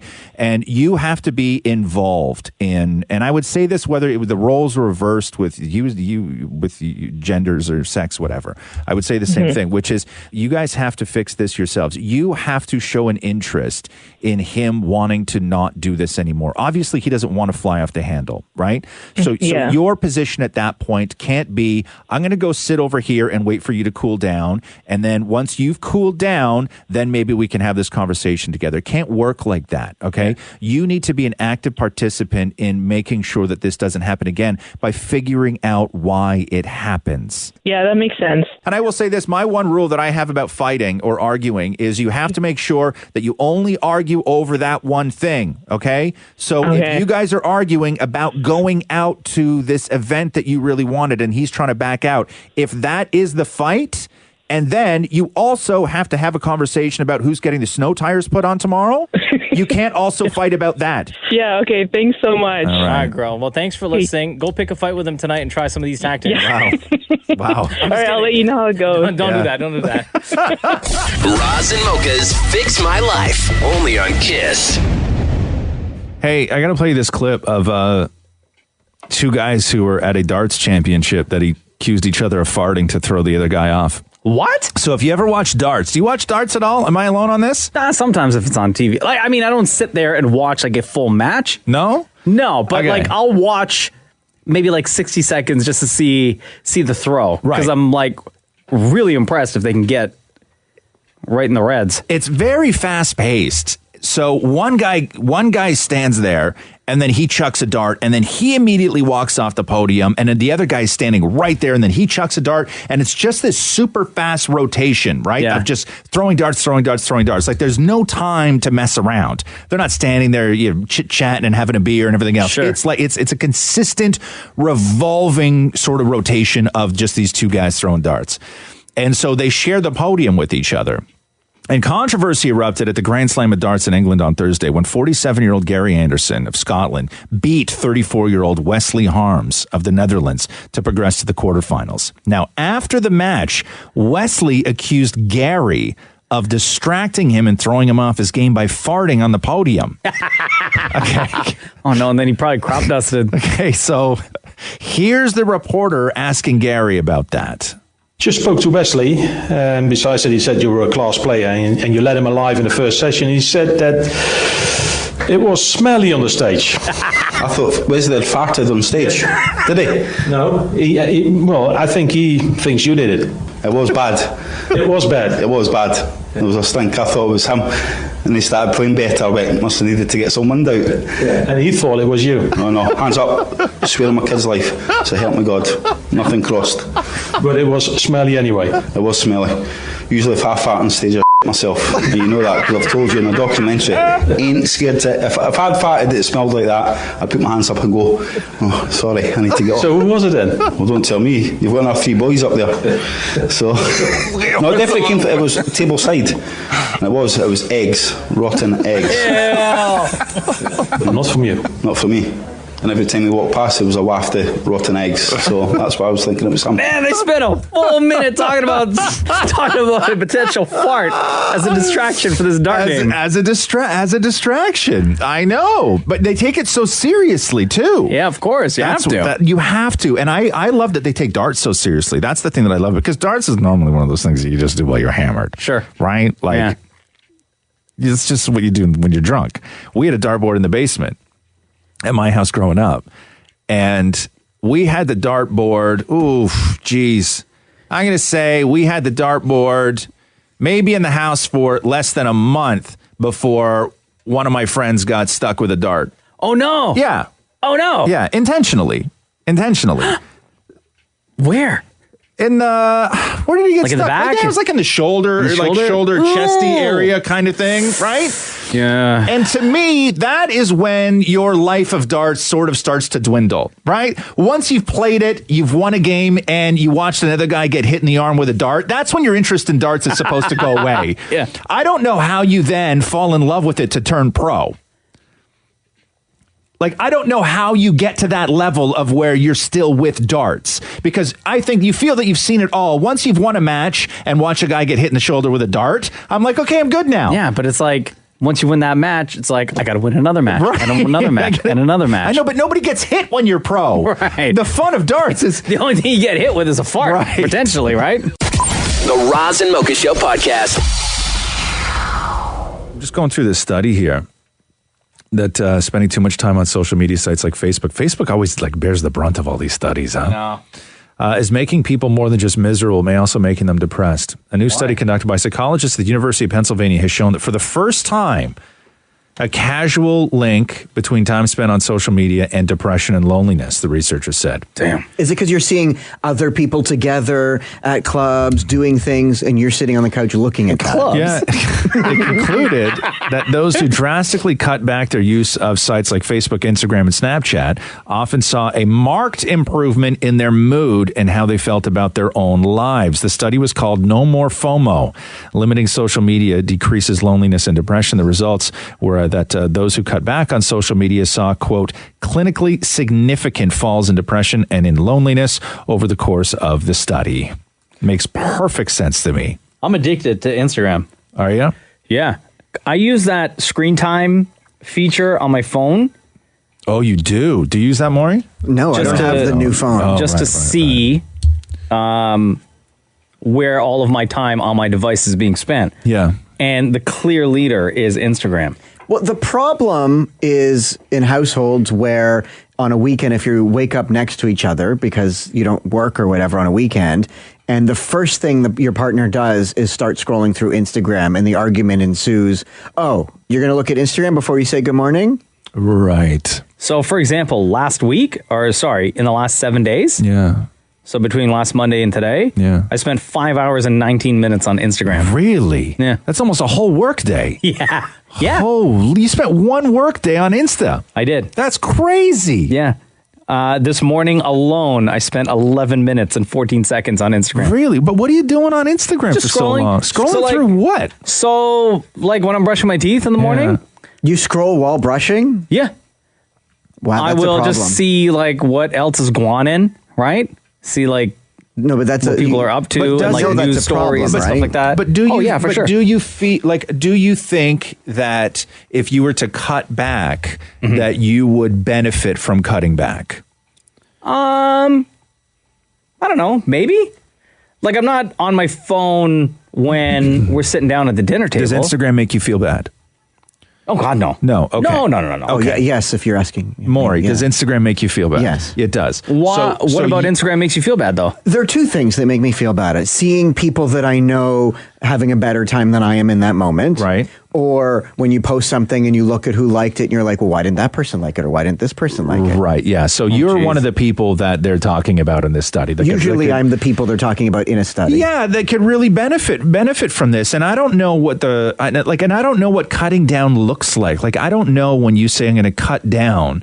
Like, I've gotten much better at nighttime. The phone stays in the kitchen while I'm in the bedroom. Right. And if we're having dinner or whatever, we'll put the phone somewhere else. Like, I've gotten a lot better at not having it always with me. Right. Like Roxy now, my kid, has started to, like, if we're in the middle of something and she's like, hey, you want to watch a show with me? And I'm like, yeah, cool. If I have my phone in my hand, she will just casually sort of walk over, not snatch it, but just lightly remove it out of my hands and put it face down on the table. Yeah. Wow. Right. But sometimes that works, sometimes it doesn't, because she did it the other day and I'm like, I'm ordering you the pizza that you just asked for right now. Like, give me a minute. I get I have my phone, right? But they know more than we do. Like, they know, like, and I felt so bad because there was one day where we were all sitting there watching a movie and I watched Roxy and she was watching the movie and then she looked over at me and at that exact moment, I had just picked up my phone to check it and Catherine was on her other side and she had just picked up her phone to check it. And Roxy sort of looked and saw us both on our phones when we were only on our phones literally for 2 seconds. Sure, right? but it was in that moment. It was in that moment. And then that's when she grabbed my phone and put it on the table and reached over and grabbed Catherine's phone and put it on the table. But just so I felt bad. So, in that sort of sense, like, do I feel better when I'm not using, I guess it was social media that I was checking because what else would I be doing? But you do feel better, but I wasn't on social media because I feel I'm missing out on something. Yeah. I just find it like maintenance. And I'm not even that active on social media, but even still in that moment, I was like, man, I really didn't need to be doing that. And I did feel better when the phone was taken away from me, but I don't think self-policing, I don't think, Maury, that you're very capable of self-policing because you do track likes. And it does affect your mood. You track You track who unfollows you. Well, when I go to visit my family, my dad's place or whatever, there are strict rules in that house. Like if we're at the dinner table or whatever, my dad will legit get angry if my brothers, Daniel and Kyle, start looking at their phone and stuff like that. He will get angry. But more, you are the only person in my life. You're the only person I have ever met where if you post something on social and I don't like it, you forward me that post in a text to remind me that you posted something on social media. Maury does the exact same thing to me. Well, because you're the only person I've ever met in the entire world that does that. Because you guys seeing my stuff means something to me. Right. It's not like a, hey, look at me. I'm like, if I know Roz and Mocha saw it. It is, hey, look at me. But I know if Roz and Mocha see it, I'm like, oh, that's so cool. Right, which is, hey, look at me. Yeah. Here we go. The Roz and Mocha Show podcast. There's a small town in Alaska. On Sunday, the sun set at night. Yeah. And it will remain dark. Oh, no, it's in Alaska until the sun rises again, January 23rd. Oh, God, those poor people. Jeez. So they got like 9 weeks of darkness. God. That has to be one of those places that the government pays you to go and live, right? Has to be. Because we do that here. Like, I think that when you decide to go to like places like way north Saskatchewan and stuff like that, I think that they will actually give you all sorts of subsidies to go and live there and, start a business and do all that stuff. They have to pay you to live there. So if you get pissed off now when it feels like minus 20 outside, or the fact that the sun goes down at around 4:45, just think about these people in this small city in Alaska where the sun set on Sunday night. Yeah. And it won't rise again until January 23rd. Go crazy. The other way around, then does that mean they get sun after January for a long period of time? No, in the summer, they do go through these long stretches of where there's no Like, how does this work? Because the Earth turns a certain way, but does it dip a little bit for them? Like, I don't understand how that works. Yeah, exactly. Nailed it. You just, science. Like, just a little boop. Yep. A little boop. Yep. The Roz and Mocha Show podcast. So, Roz, you and I have been on the show for 9 years now. Yeah. And we got a text from someone who wants us to explain the origin of something that happens on the show. Okay.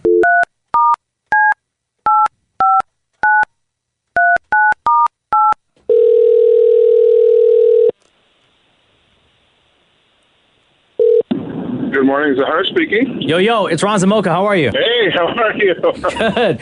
So we got your text. Zahar, how long have you been listening to the Roz and Mocha show for? My girlfriend introduced me to your show about 3 or 3.5 years ago. Okay. Oh, okay, cool. So Roz and I, as we were just saying, we've been doing this show for just over 9 years now. Right. So Zahar, can you ask Roz what it was that the question that you texted to us just now? So you guys, I hear the clip every now and then about Roz being a smooth, cool dude. And it's hilarious, but I have no idea why that is. So there was one day... No, at least allow me, because you're going to make me sound even more foolish. Okay, so people call in all the time. And Mocha always says, hey, between Roz and Mocha, who's your favorite? And they'll either pick Roz or Mocha. Most times they pick Mocha. If they pick Mocha, I never really sort of defend or start quizzing the person as to why. I don't take it personally. It hurts, but I don't let it get to me. When somebody says Roz, okay, Mocha goes at them like he's part of the NSA, right? He needs to know exactly why this happened. And so there was one day, couple of weeks, where Mocha was on a tear, where every single person who called in and Mocha said, hey, between Roz and Mocha, who's your favorite? It was Mocha, Mocha, Mocha, Mocha, Mocha for like 2 weeks. And then I got a little bit pissy about it and a little upset about it. And then somebody called in to try and tell me that they were my favorite. And then they said I was their favorite, and they should have just left it at that. And what happened is Mocha said why, and the woman said because Roz is just a smooth, cool dude. And as soon as she said those words, I could see Mocha prepared to use the term smooth, cool dude for the rest of our time together of our lives. Yeah, it's true. And now it's to the point of where even if I post something on Instagram with my kid, the comments will be like smooth, cool dad. Yeah. Or, I'll just smooth, cool everything, really. Smooth, cool everything. and it will never go away. It's one of those things I've now accepted, smooth, cool, whatever. And it'll never go away. That's a smooth, cool attitude to have. Thanks. Thank you. It is, and I'm glad to bring it all back to light. Hey, Zahar, thank you very much for your text. Thank you for listening to the Roz and Mocha Show. Much love to your girl for introducing the show to you as well. And before we let you go, Zahar, between Roz and Mocha, who's your favorite? It's going to have to be Roz, my friend. And why is that, Zahar? Because he's one smooth, cool dude. You guys have a good day, guys. The Roz and Mocha Show podcast.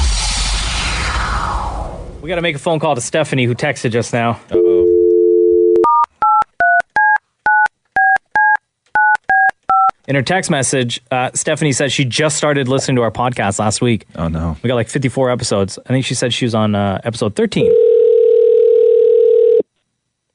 Hello. Stephanie, it's Roz and Mocha. Hey, how are you? Good, how are you? I'm good. What's going on? I'm just at work. Oh, what do you do for a living? You answer the phone like we call you all the time. You know why? Because my mom always calls me unknown, so I thought it was my mom. Oh. Wait, why is your mom always calling you at work? Just to see how I'm going, like how it's going. Oh, really? Like, how many times in a day does your mom call? Like once a day. Oh, okay. And then you're like, Mom, I'm working. I gotta go. Yeah. What do you do for a living, Stephanie? I actually work at Lowe's corporate office. Oh, nice. I like Lowe's. Yeah. Oh, are you going to survive the all the massive cuts that are happening? No, actually, we're closing as of June. Oh, shoot. I'm so sorry to hear that. It's all good. But on a happier note, you've been listening to the Roz and Mocha Show podcast. Yes, I have. Did you know that we had a podcast before you started listening last week? I didn't. I was wondering how I can listen to your shows. I was YouTubing them. And then I found out you guys had the podcast. I started listening. Yeah, we got like 54 episodes. Yeah, I'm going to listen to all of them. So how deep are you into the podcast now? The episode I just listened to was you guys doing the tug of war challenge. Oh my God, that's like way early. That's like last year. Yeah, it's actually like the first episode in 2018 maybe or something like that. Holy cow. And are you enjoying it? Do you have any questions? No, I was just dying of laughter about the Maurie buying the twine. Yeah, trying to do tug of war with So twine. that's when, just so you know, she's talking about Maurie and Mocha wanted to tug of war, and Maurie was in charge of buying the rope or sourcing out a rope, and what he brought in was like hardware store twine, and so it wasn't tug of war, it was tug of twine, and they both strapped in and went for it, and the rope snapped immediately, and Maurie hit the deck. That was great. Wow. Listen, you have so many more episodes to go through and like a lot more like just dumb stuff that happens on the show to experience. So if you ever have any questions about the podcast or about our show, feel free to ask, okay? Awesome. You guys are great. We just wanted to say thank you for listening and thank you for your text. Awesome. Thank you. Have a great day. You too. Hold on. Avi, between Roz and Mocha, who's your favorite? Mocha. Sorry. Wow. Chalk that up for another win for Mocha. Jeez. All right, Stephanie. Love you lots. Take care. Love you too. Bye. The Roz and Mocha Show podcast. Yeah, see, there's these stupid questions that they ask people. Who's they? Like a would you rather? You know that game that they do? I love Would You Rather. Or would you ever, I guess. Okay. So they did a survey and $10,000 was up for grabs. Let's just say hypothetically speaking. And they asked people a series of questions of what they would do for things like $10,000, what they'd be willing to do or give up for things like $1,000. Okay. Would you have a cold for an entire year for 10 grand? No. Yes. What? You're getting 10 grand, so you have the sniffles. Deal with it. 11% of people said that they would. They would live a year with a cold. You can get a new couch. For 10 grand. I don't need a new couch. 8% said that they would do it for $1,000. For a year? Yep. Be sick, get a cold for a year for a grand? Yeah, but that $1,000 is gone in a week and you still have a cold. And another 8% that they would say that they would live a full year with a cold for getting half off a television. Oh my God. You can get TVs are so cheap now, though. Would you go blind for a month for 10 grand? No. Look at Maurie thinking about it. I probably would. 10 grand. Yeah. 7% of people said that they would. 5% of people said that they would do it for $1,000. And 4% of people said that they would go blind for a full month to get half off a television. Come on. A television. You can't see the TV. Maury, like you would really for a month for 10 grand? Yeah. $10,000. Yeah, but you would still have to perform your everyday work duties. No, you can go on. You can get disability for that month. Temporary blindness. I don't know what the hell happened. No, I still couldn't do it. Would you give away your pet for 10 grand? Oh, no way. No. Okay, 10% of people said that they would. They would. 9% giving up my dog. 9% of people said that they would do it for $1,000. $1,000? And 7% of people polled that said that they would give away their pet to get half off a television. Like give away your pet forever or just for a month? Would you give away your pet? Oh my God. Okay. No, come on, people. Would you live alone on a desert island for a week for 10 grand? Yes. Ooh, alone for 1 week. This is your dream come true, Roz, to be alone on an island. But then I got to survive. I got to exactly shelter. Doesn't sound easy. Food. They didn't say you can't bring anything with you. I assume when they say alone, that means like you can't. Not anyone, anything. You could still bring some canned ravioli or whatever. Let's just assume you can't. Oh, well, there's, We're talking like Tom Hanks, Castaway. You're living alone on an island. Yeah, I'd still do it for 10 grand. No. 15%. You wouldn't survive a day, Maury. No, you wouldn't. You would cry. You would just start crying. You would realize you were alone and had nothing, and you would just start crying, and then you would just see all the fantastic opportunities for selfies and not be able to take them, and you'd realize all the likes you were missing out on. Yeah, but that's a great way to pass time. 9% said that they would do it for $1,000, and 6% said that they would do it to get half off a new TV. And finally, y'all really want this TV bad, huh? Finally, would you go to jail for a year for 10 grand? No. I've seen too many shows about the guanins of jail. I am absolutely not. Yeah, absolutely not. And no, Maury, you're not allowed to sneak in food in your prison wallet, like ravioli. Right. You didn't answer that question. I watched Oz, and it made the male prison system look kind of good. No, it doesn't at all. 3% said that they'd go to jail for 10 grand. 2% said that they would do it for $1,000, and another 2% said that they would go to jail for a year to get half off a new TV. I'm starting to wonder who did the survey. The Roz and Mocha Show podcast. DC still trying with these movies, huh? Why? What's next? Well, we know that there's like 2 Joker movies. Yeah. Neither have anything to do with one another. There's the Joaquin Phoenix standalone Joker origin story. Mm-hmm. And then there's the... Are they still doing the Jared Leto one? I don't know. Or did they drop that one? I think, maybe. And now they're doing... We found out a while ago that they're doing the Harley Quinn starring Margot Robbie. But I didn't know, and this is where the confusion comes into play. Are they doing a standalone? Is it just Margot Robbie and Harley Quinn, the character, like her kind of origin? Or is it after Justice League? Or is it Harley Quinn with a bunch of female villains? I think originally it was Gotham City Sirens. So it was all the female villains together? I think so. I'm not sure. Because yesterday, Warner put out, and Margot Robbie put out a picture of the script. And just the cover of the script, and it says Birds of Prey, the fantabulous emancipation of one Harley Quinn. And then there's lipstick kiss marks on there. And people were trying to speculate as to whether or not that's going to be the actual title.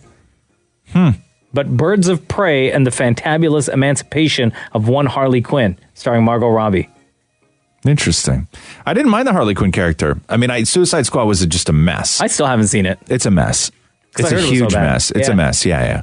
And they messed up real bad with Suicide Squad because in order to make Suicide Squad believable, they went full out with their big bad in the movie. And the big bad was hell-bent on destroying the world. And if the Suicide Squad didn't take down the big bad, it would have been just global destruction. You got to dial it back on the big bad in a movie like Suicide Squad, because if the big bad was actually that devastating, Superman and Batman would have shown up.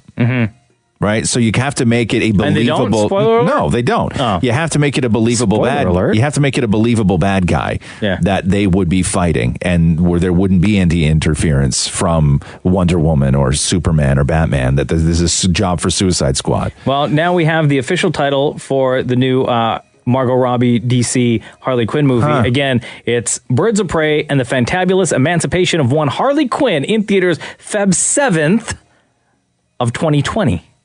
2020? Of 2020. Oh, jeez. Feb 7th. The Roz and Mocha Show podcast. Holiday burnout. I'm reading an article about holiday burnout right now. Going through the list of things that people say burn them out the most. I thought it was like a new weed thing. Called holiday burnout? Yeah. Like it's like a new... there's this new fad. It's called the holiday burnout. Yeah, and it takes place on like December 23rd. Yeah, we all get together and close all the doors and windows in the sleigh and just get high. Don't even worry about it. Hot boxing around the Christmas tree. Yeah. Big red sack. So some of the things that people say burn them out the most and the fastest when it comes to the holidays. And I didn't actually mind that because it really felt like everything started a little earlier this year. And I didn't mind. Mm-hmm. It didn't bother me this year the way that it has in past years where I felt stressed out or I felt whatever. Sure. I was just like, bring it on, baby. They had the holiday Rice Krispies in the stores in October. Yeah, I'm cool. And I was cool with that this year for some weird reason. I don't know why. Maybe it's because everything was just so crap. All You know the who news I is blame? crap. All the people are crap. Everything's For all of crap. this? Costco. Nothing against Costco, but Costco is notorious for putting out, whether it's Valentine's Day or snowsuits or Halloween decorations, or in this case, Christmas-related items, mad early. Like Christmas stuff I saw in Costco before or around the time of Halloween. Same at the dollar store. And the dollar store is notorious for that as well. I haven't been to Costco. I should go to Costco. So some of the things, what do you get stressed out over? If you're going to get burnt out over the holidays, what's going to burn you out? Oh, number one is definitely the mall. Is going to the mall and like just having an obscene amount of people in my way. Okay, so hold on here. So Mocha, you just summed up 1, 2, 3, and 4. What? Yeah. What are you talking Number about? 1 on the list is shopping. Number 2 on the list is crowds. Number 3 on the list is long lines. And number 4 on the list is buying presents. Oh my God. Ding, ding, ding. Winner, winner over here. Okay, so we'll go down to 5 then. Cooking. Yeah. That doesn't stress me out. That is what takes away all the stress from 1, 2, 3, and 4 for me. I love the cooking part. Figuring out what to buy people. To me, this should be way higher on the list. Yeah. Oh, God. It's tough. And It really is. I'm really hard to buy for because I don't want anything. Right? Ooh, my mother-in-law is a real hell of a time trying to find me something to get me as a gift, even whether it's for my birthday or anything else. I'm really difficult to buy for. Like you asked me what I want. I'm like, there's a new attachment for my chainsaw that I'd like to get, a new cover. Yeah. But nobody's going to buy you that as a gift. No. You might as well just buy it yourself. So they want to buy you a sweater. Right? Which is that you're never going to wear. Right, which is fine. Maybe once. But I'm probably going to wear it to use the chainsaw. Right? Constantly hearing holiday music is on that list. That doesn't bother me. It's calming to you more? Very calming. Yeah. The pressure of making Christmas special for people. Wow, that is a real cynical way to think about it. Yeah. Non-stop holiday commercials on TV. Again, relaxing. And at number 10 on the list with 34% wrapping presents. Oh, I can't even do that. I refuse to. I don't know how to wrap presents. Really? Matthew does I like that. it, actually. I actually find it. Yeah. I actually find like it super gifts. sexy watching my husband wrap presents. You find somebody wrapping Christmas presents to be sexy? Yeah, I find it really because I'm like, you're wrapping gifts. Okay, hold Does on. it get any hotter? Okay, what else do you find sexy that Matthew will do? Because I need to know where wrapping Christmas presents falls in that spectrum. Vacuuming. Okay. So is vacuuming above or below wrapping Christmas presents? Below, but the hottest is when he's cooking. Okay, so cooking is number 1 sexiest thing your husband can do. That's right. Number 2 would be washing dishes. Washing dishes. Number 3 would be wrapping presents. Wrapping presents. Number 4 would be the vacuuming. The vacuuming. So basically, I'm getting that what you find hottest about your husband is that he's also your mother. That is super weird, bro. Super weird. The Roz and Mocha Show podcast. Hi, it's Roz and Mocha. How are you? I'm good. How are you? Good. Oh, Fabian, what's going on, dude? Not much. Somebody called Christmas burnout? Yeah. When we said Christmas burnout, we weren't talking about you. Oh, I thought you were calling me out, so I thought I'd call, you know? No. Like, you know when you get burned out from the holidays? Yeah, I get burnt out every day. No, not that kind of burned out, man. Not weed. even more on the holidays. No, not everything is about weed. It's just like gay guys think everybody's gay. Weed guys think everything is about weed. Just me, man. Everybody's not gay, Maury. Fabian, question, because you are a weed head. Yeah. And you actually do know a lot about weed. Do you have a special strain of weed or like a special joint that you will wait to smoke around the holidays? On a real, it's usually what I like. I got to see what I have on shelves. Oh, okay. Whatever is usually the prettiest looking and the highest THC, that's what I would say. I would say for like Christmas Eve, I would say for New Year's Eve. Yeah. Jeez. You know what I mean? Yeah. I just got to see what I have available. And because like I always have like at least 3 strains available, 4 strains available. So I got to pick between which one's the prettiest, the highest THC, and then I say that one. Here, let me I'm looking at the top Christmas strains of weed. There's something called White Widow. Yeah, White Widow's old school, man. Okay, that's like from back in the day. Northern Light? Northern Lights, yeah. Something called Sour Diesel. Is that a weed? Sour Diesel. Yeah, it is. Yeah? It is. Look at me. I know my stuff. Yeah. Look at me. Yeah, Look at me talking about weed with the weed guy. You guys are good, though? Everybody's good? Hell yeah, man. Everything's good? great. That's good, man. That's good. I haven't called in a while. I just text you guys lately. That's all. That's okay. We appreciate it. Well, I love you guys, man. Have a good one, eh? You too. Take care, man. The Roz and Mocha Show podcast. I went and did that Star Wars VR at the Rec Room last night. Wait, what? Yeah. Wait, what? Did you not know about this? No. No, neither did I. My brother told me. Hold on. What is this? My brother and a couple of his nerd friends were like, hey, we're going to go do the Star Wars VR down at the Rec Room. And I haven't even been to the Rec Room yet. Okay. But it's the Void is what they call it. It's where they had the Ghostbusters one as well, the Ghostbusters VR. So now it's Star Wars VR. And I think they're doing Wreck-It Ralph today. So that one starts. And apparently that's the best one. But you go in. It's awesome, man. It's like... What do you do? So you go in and you put the gear on, first of all. And so you put the vest on. You feel real macho, too, because it looks like a bulletproof vest and stuff, right? Totally. Like some sort of combat gear. Like Han Solo? Yeah. And then you put the stupid VR helmet on. It makes you feel weak.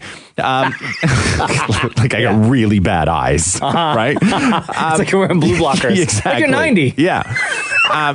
So I feel tough, and then I don't feel tough. And the helmet doesn't fit right because my head's so big and my eyes are so wide set. I'm like a goat, right? And I can't adjust them to go wide enough on me.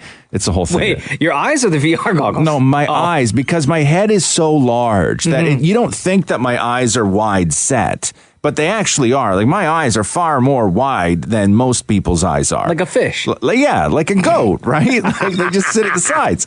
And so when I have to put the goggles on, I always have a hard time with like VR goggles and stuff because I need like an extra notch of adjustments, which they don't make, right? Because nobody's eyes are that far apart. Until they hear this, So they strap you in.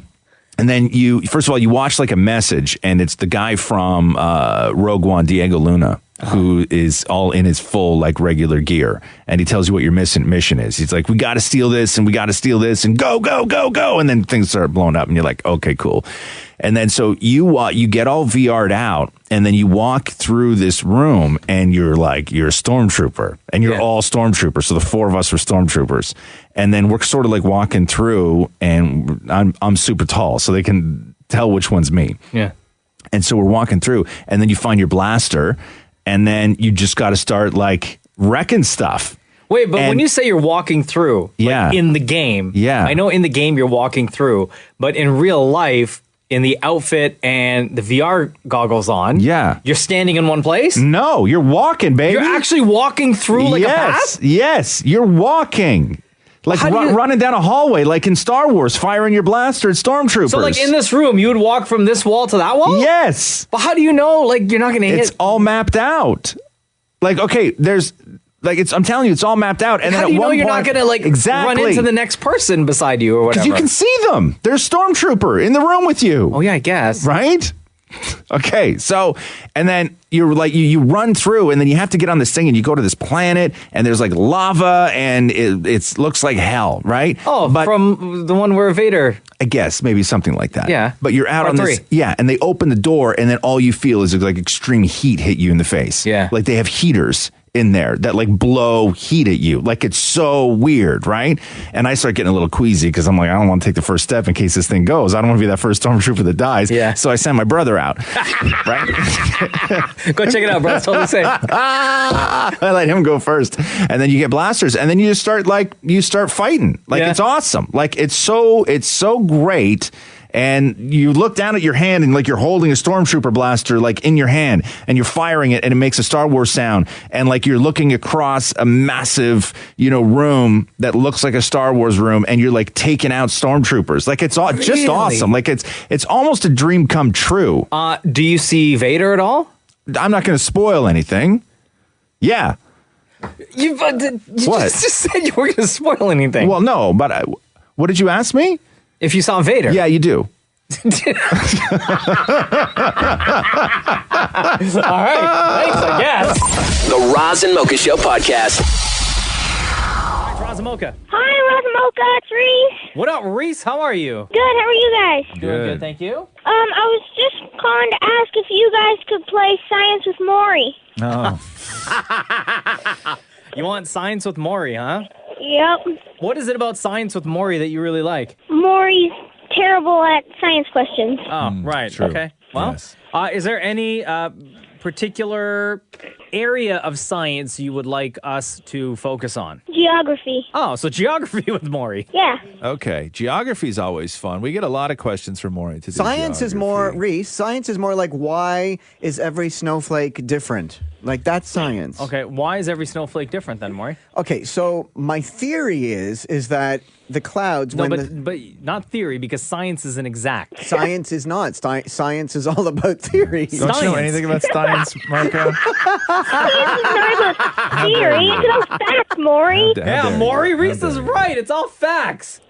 So go on. Okay, so when the snow is going through the clouds, as it pushes its way through the cloud material, Pause for one second. What forms. Pause for 1 second. I have a question for you. It's like a hole punch. So you said that when the snow is going through the clouds, so where is the snow before it gets to the clouds? No, it's in the clouds. So it's like... It forms in the clouds? It's like creating itself in the clouds, right? Okay. So when the lower earthy part of the world is colder than the upper earthy part... So the earth, okay. It's warmer. Yeah. It creates snow inside the clouds where normally rain is just sitting like pooling like the top of your toilet. You're explaining... Reese, come on. Don't you know how this works? You got to be quiet, man. You're explaining snow, but you're not explaining why every snowflake is different. That's what I'm getting to. Stated. So while it's in the cloud that is like the top of your toilet, when the snow is weighted and it finally comes through, it seeps through the lower end of the cloud, pushing its way through, and all of the different, I guess, secretions of the cloud that it comes through, that's what creates the shapes. But why are they different? Because all the different parts of the cloud are shaped differently. So as it's like... Right. Then it creates the shapes. Right. After it's secreted. Yeah. Yeah. Is he right, Reese? No. No. The water is in the clouds, and when the water comes down, the snowflakes form. Because of the cool temperature. Maurie thinks you're wrong. How old are you, Reese? 10. Yeah, see, that's why I would know more. I'm 40. Yeah, wow. Maurie, you have proved that wrong over and over Every single day again. of your life. So, you ready for Science with Maurie? Bring on the more questions. We just did, Maurie. We just did. Thank you, Reese. No problem. Have a good day. You too. The Roz and Mocha Show podcast. I love doing this for the podcast. Hey, Mocha. Yes. Are you ready? Let's do the news. A Roz and Mocha Show and Kiss 92.5 News Break. Frankie Muniz's cat apparently turned on the faucet when he was gone and flooded his entire house. What? Yeah. Malcolm. Let me read you this. Frankie Muniz's house was decimated. No, it wasn't decimated. I'll get to decimated after this. I don't know why somebody writes that. By flood this week, and it happened because his cat accidentally turned on the sink while he was out of the country. Frankie says accidentally. Because cats sometimes do that, right? They just like slap things and yes, cats. Some cats know to turn the faucet on if they're thirsty, but they just don't turn it off because they're rude, right? And so he says, I arrived home to find 4 floors of my 5-story brownstone home under 3 feet of water. Oh, no. Everything I own destroyed. Every wall, piece of artwork, personal photo, furniture, all because my cat accidentally turned on the sink a few days ago while I was gone. I'm devastated and exhausted from a tough week. Also, his cats lived. Of course I did. Freaking just swimming. The Roz and Mocha Show podcast. Explain to me what in the hell a Tekashi 6ix9ine is. Oh, rapper from New York. Okay. Has an unbelievable amount of fans. Like every single show this guy plays, it gets sold out. I'm going to play, here's a clip of one of his songs with Nicki Minaj. Got that wet, wet, got that drip, drip, got that super soaker. Hit that, she a Fifi, her name Kiki, she eat my like it's free. I don't even know like what I Anyway, he's got fans, I'll tell you that. Okay, I can't He's understand got what fans. saying. So the way I understand it is that there are musicians who then make bad decisions and get in trouble with the law. And then there are criminals who also make music. Mm-hmm. And from what I understand, Tekashi 6ix9ine is a criminal who also just happens to make music. So yesterday, Tekashi was part of a criminal enterprise, they say, that was similar to the Mafia family. So he was indicted yesterday. Uh-oh. He's going to prison. Let me read you this. He could go to prison for life. Oh, yeah. So Tekashi, whose real name is Daniel Hernandez, was slapped with racketeering and firearms charges along with 5 others. If convicted, the minimum sentence is 32 years in prison. Robberies, shootings, drug running. He's 22 years old.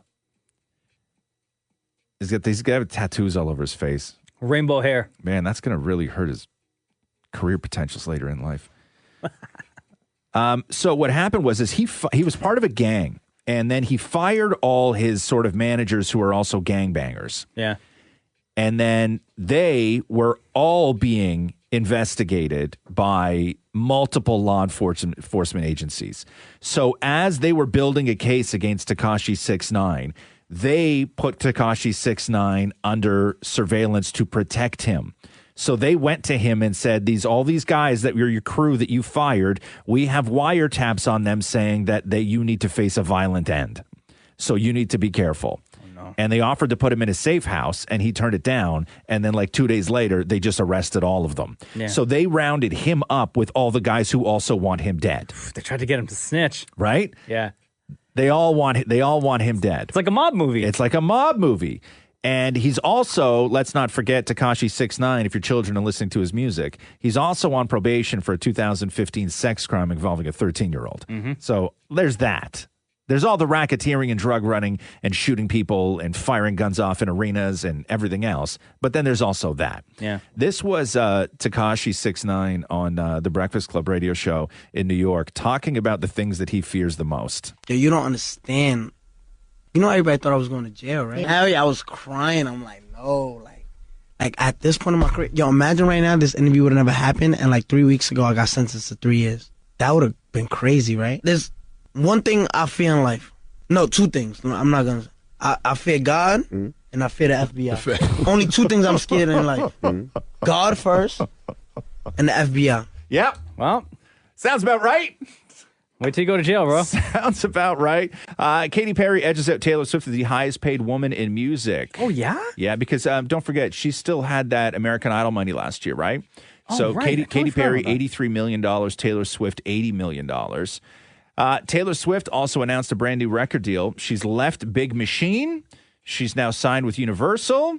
After 12 years, 6 albums, and 10 Grammys, she's going to get to own all of her masters, and also her split with Spotify spins is a much better deal than what she had with her old people at Big Machine. So Taylor, brand new record company, brand new deal, and so new music is on its way. Oh, heck yeah. A cannabis investor gets a lifetime ban to the U.S., We heard rumblings of this happening, and nobody thought that it was actually ever going to happen. A Canadian investor traveling to Las Vegas to attend a prominent cannabis conference and tour a new cannabis facility in the States has been issued a lifetime entry ban to the States. Wow. Quote, he was traveling straight from Vancouver to Las Vegas when they found out he was going down to tour the marijuana facility and that he was an investor in marijuana. They gave him a lifetime ban. This is according to Len Saunders, an immigration lawyer based in the border town of Blaine, Washington, who was consulted and actually saw the transcript from the conversations. According to that lawyer, who has the transcript, in the exchange, the U.S. border guard in Vancouver International Airport's pre-clearance asked the individual if he understood that an investment in the U.S. cannabis industry was, quote, a violation of the Immigration and National Act related to controlled substance trafficking. And the guy was like, well, I guess I do now. The only way to circumvent a lifetime ban to the U.S. is to apply for a temporary waiver that will permit you to cross over the border for up to 5 years. However, applying for that waiver is extremely difficult and is a ton of paperwork. So we heard this was going to happen. Nobody thought it was ever going to happen. They said it would probably never happen. And it happened to this guy. And it's already happened. You can't sit with us. Lifetime ban. The Roz and Mocha Show podcast. Everything went down at Pusha T's show last night at the Danforth Music Hall. So I guess he came out and he was on stage and everything was going well for a while.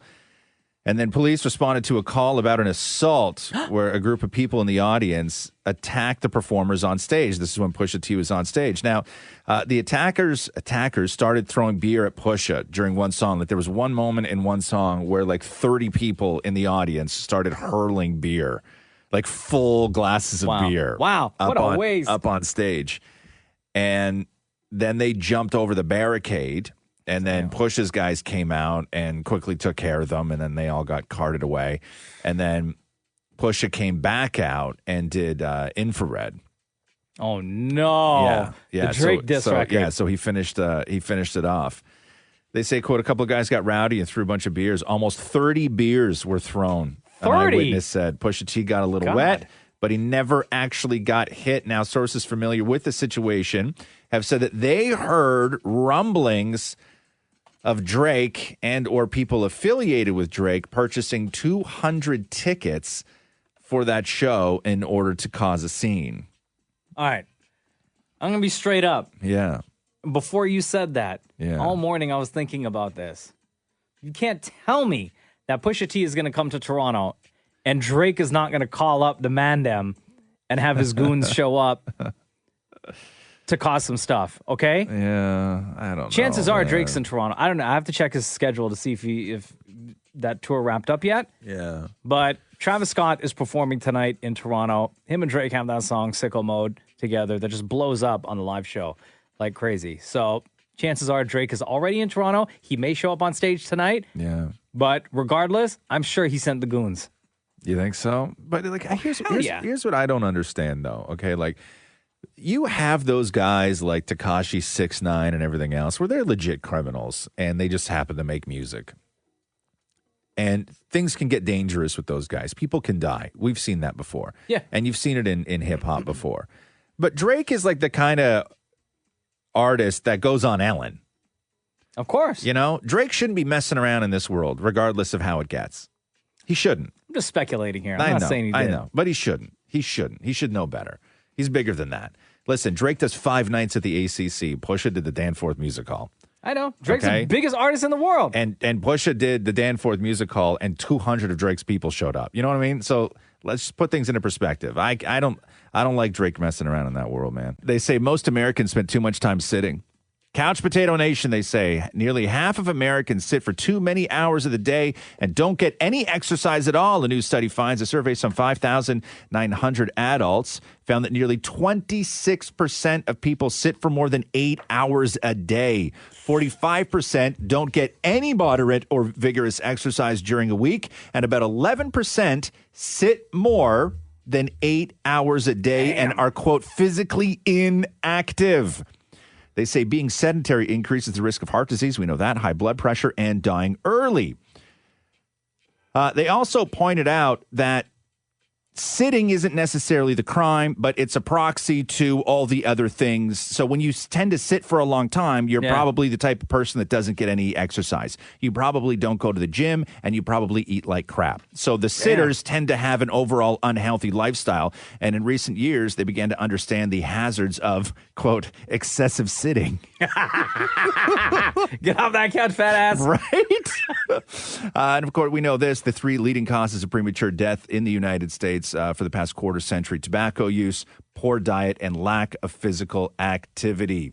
Sitting for too long, people. Aaron Rodgers, NFL quarterback, who is from Chico, California. Now, if you're not an NFL fan, but you are a Bachelor fan, you probably know Jordan Rodgers, who Jordan Rodgers was on The Bachelor, and was Bachelorette when he hooked up with JoJo? Yeah, it was Bachelorette, and he hooked up with JoJo. A lot of people... I remember on that season, I think he said he didn't really have the best relationship with his brother. He did not have a good relationship at all with his brother. His brother was estranged from the family. So Aaron Rodgers, the quarterback at the time, I believe, was dating Olivia Munn.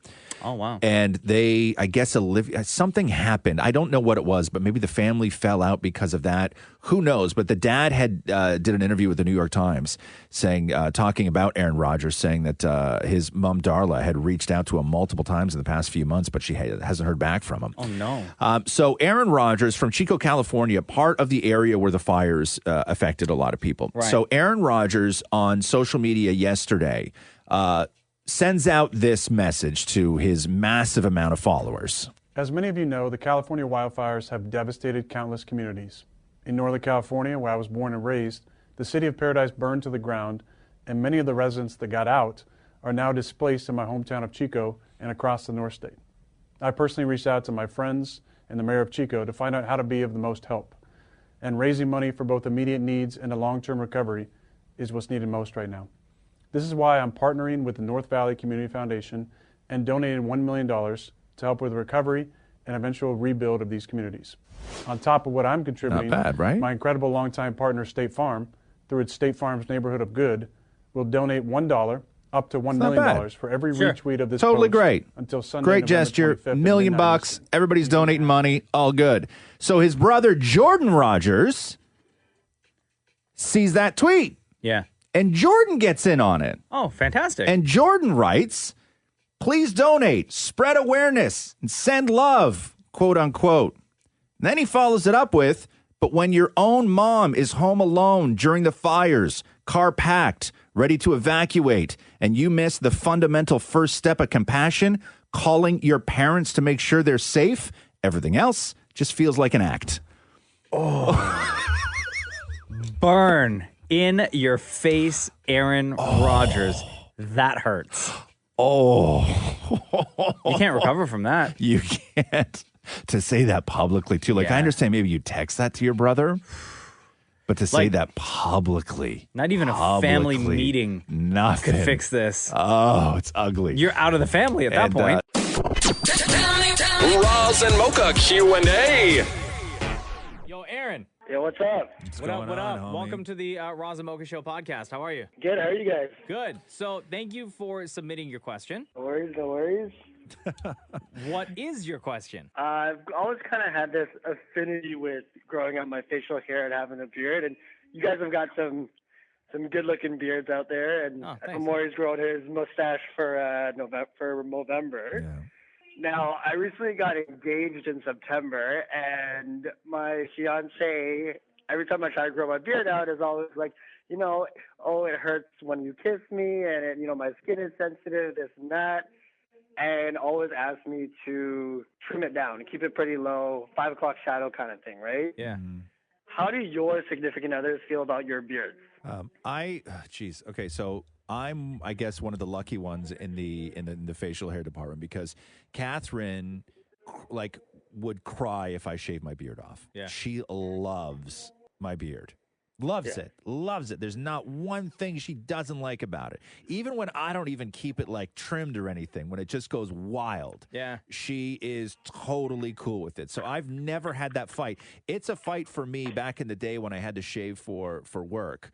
It was a fight because over the summer holidays I would always grow a beard, and then it was always a dark for day. the TV show. For the TV show, yeah. It was a dark day in the house at the end of the summer when I had to shave my beard off. Yeah. It was always a dark day. So I don't have that, but I do have a lot of thoughts on this. But Mocha, how does Jenna feel about your beard? She loves it. She There you actually go. prefers me with beard, with stubble, more than clean shaven. Yeah. Now, when we met, I had always shaved except for the mustache and goatee. Yeah. And then throughout our relationship, I kind of like switched it up a bit. Sometimes I would shave the mustache. Sometimes I would shave like complete, go clean shaven. And then after a while, I was like, let me just try growing out a beard. And I did. And she said she prefers it much more. And that's why I still have a beard. Yeah. Now, the whole situation, I know what you're saying, like women will find that it is too prickly or it hurts when they kiss you, whatever. I find like I use product, right? Like I will use a beard balm after I shower, or I will use like a beard shampoo to help keep the hair soft. So when I do go in for that kiss or we're making out or whatever, it doesn't feel as prickly. It's just soft hair. All right. But what about that whole, that age-old adage where it's like, oh, it's my face, it's my body, I can do whatever I want with it. No, we can go down that road and say that, she has as much agency over the way that you choose to look that you do over hers. You could never say to her, why'd you cut your hair so short? It's gross. I don't like the way it feels on my hands. You feel like a guy. You know what I mean? Yeah. Right? Yeah, You could never say that to a woman. You could never say that to a woman, and nor should you say that to a woman. Like, when it comes down to it, right? Catherine will always ask me, should I cut bangs? Should I not cut bangs? Should I do this? And the answer I always give her is, I want you to do whatever you do to yourself that makes you feel the absolute hottest. Yeah, like keep the bangs because you look cute. Yeah, no. Just if you feel hot. Oh, no, sorry. That's why I Right? just texted to her. Oh, stop it. You're such a jerk. You're such a No. I'm always like, man, I want you in the house and in the bedroom to feel the hottest you can. Yeah. Because I win in that case, right? course. I don't want you to be insecure, and I don't want you to think that you need my approval on something. But, you're going to get the, and oftentimes I've heard, women use withholding, what do they call it? Sextortion, where they withhold sex until the guy shaves his beard, right? Yeah. That's it's not a good thing. It's wrong. It's wrong to do that. I will tell her this, sit her down, right? And say, hey, when you use a drill, that's a brand new drill, and the trigger's just sort of not in the right spot, and like after a day of laying down deck boards, you got a little blister, but you got to work up that callus. That's like your face with my beard. And what we have to do is make out a whole lot and build up that callus on your face so it doesn't bother you anymore. That's so gross. Can you imagine one massive callus on somebody's cheek? We actually have to make out more now that I have a beard. Okay, we gotta toughen that beautiful face of yours up a little bit. Just get used to it. Yeah, I will say that most people that I know, most men that I know that have been in this situation, or women for that matter, give it like 6-7 months and they eventually come around. Does it make you feel good? I like the way I look with it. I prefer that look than clean shaven or with stubble. Yeah, and you feel sexy with it, right? Yeah. Yeah, man. Yeah, that's like your girl. Try and explain it that way to her. Just tell her it gives you confidence. Yeah, you feel a lot better having the beard. Yeah. Jeez, okay. Yeah. I'm definitely gonna try that. And then if all else fails, throw something. Talk the language that she'll understand, which is throw out the "my body, my choice" line. All right. I don't know, man. Aaron doesn't say. It sounded like throughout that whole conversation, Aaron was making notes. I don't think he wrote that one down. Right. Maury, how does Matthew feel about your mustache? Because I often wonder this, if gay guys ever have that conversation of, I don't like your stubble because it hurts my face, even though they would also have stubble. Matthew likes when I have a bit of stubble. Yeah. He says it's really hot, but he absolutely hates the mustache. Right. Like he goes, if I wanted to kiss your dad, I would just drive to Burlington. Wow. See, that's harsh. And what about Matthew with stubble? Do you like that I love too? it. So when you guys have stubble on stubble rubbing together. It's harsh. It's harsh, but then I feel like I'm kissing a man and not a boy. Right. But you understand what it's like. I'm not even going to touch that, dude. You understand. So what does it feel like when Matthew puts his head on your chest and you feel the stubble on your chest? Does it bother you at all? No, because then it just sort of intertwines with my chest hair. Right. Like they do a little dance. Oh, jeez. Maybe do that. Maybe tell her to grow some of her hair out. And then you guys can do the intertwining hair dance.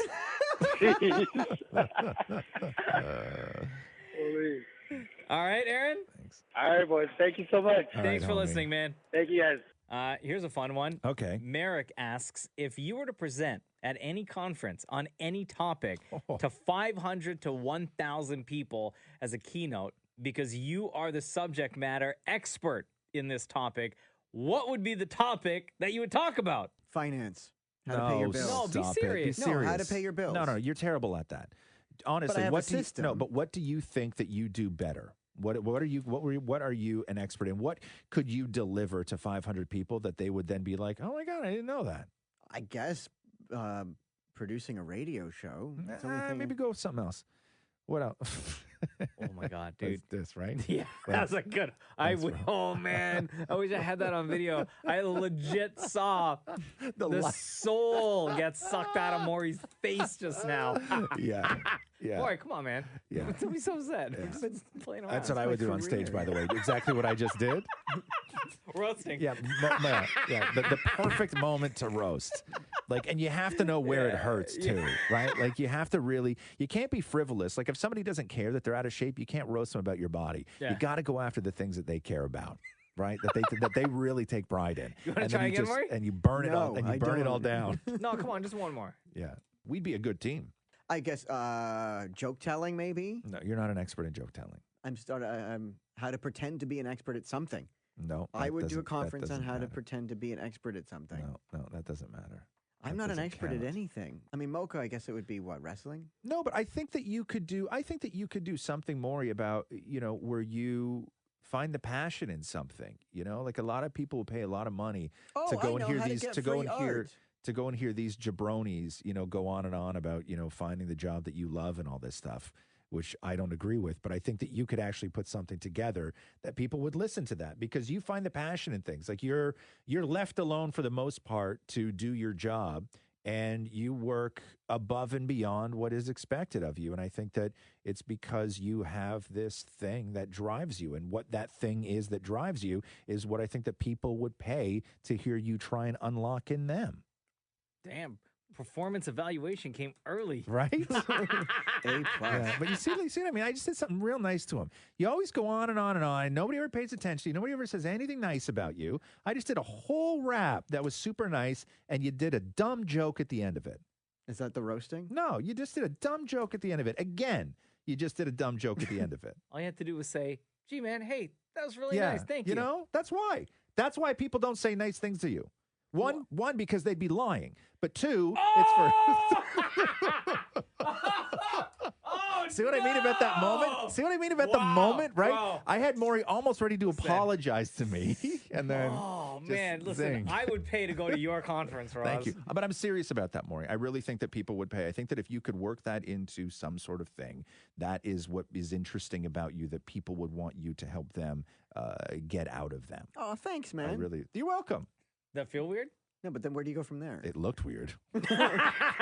Next question.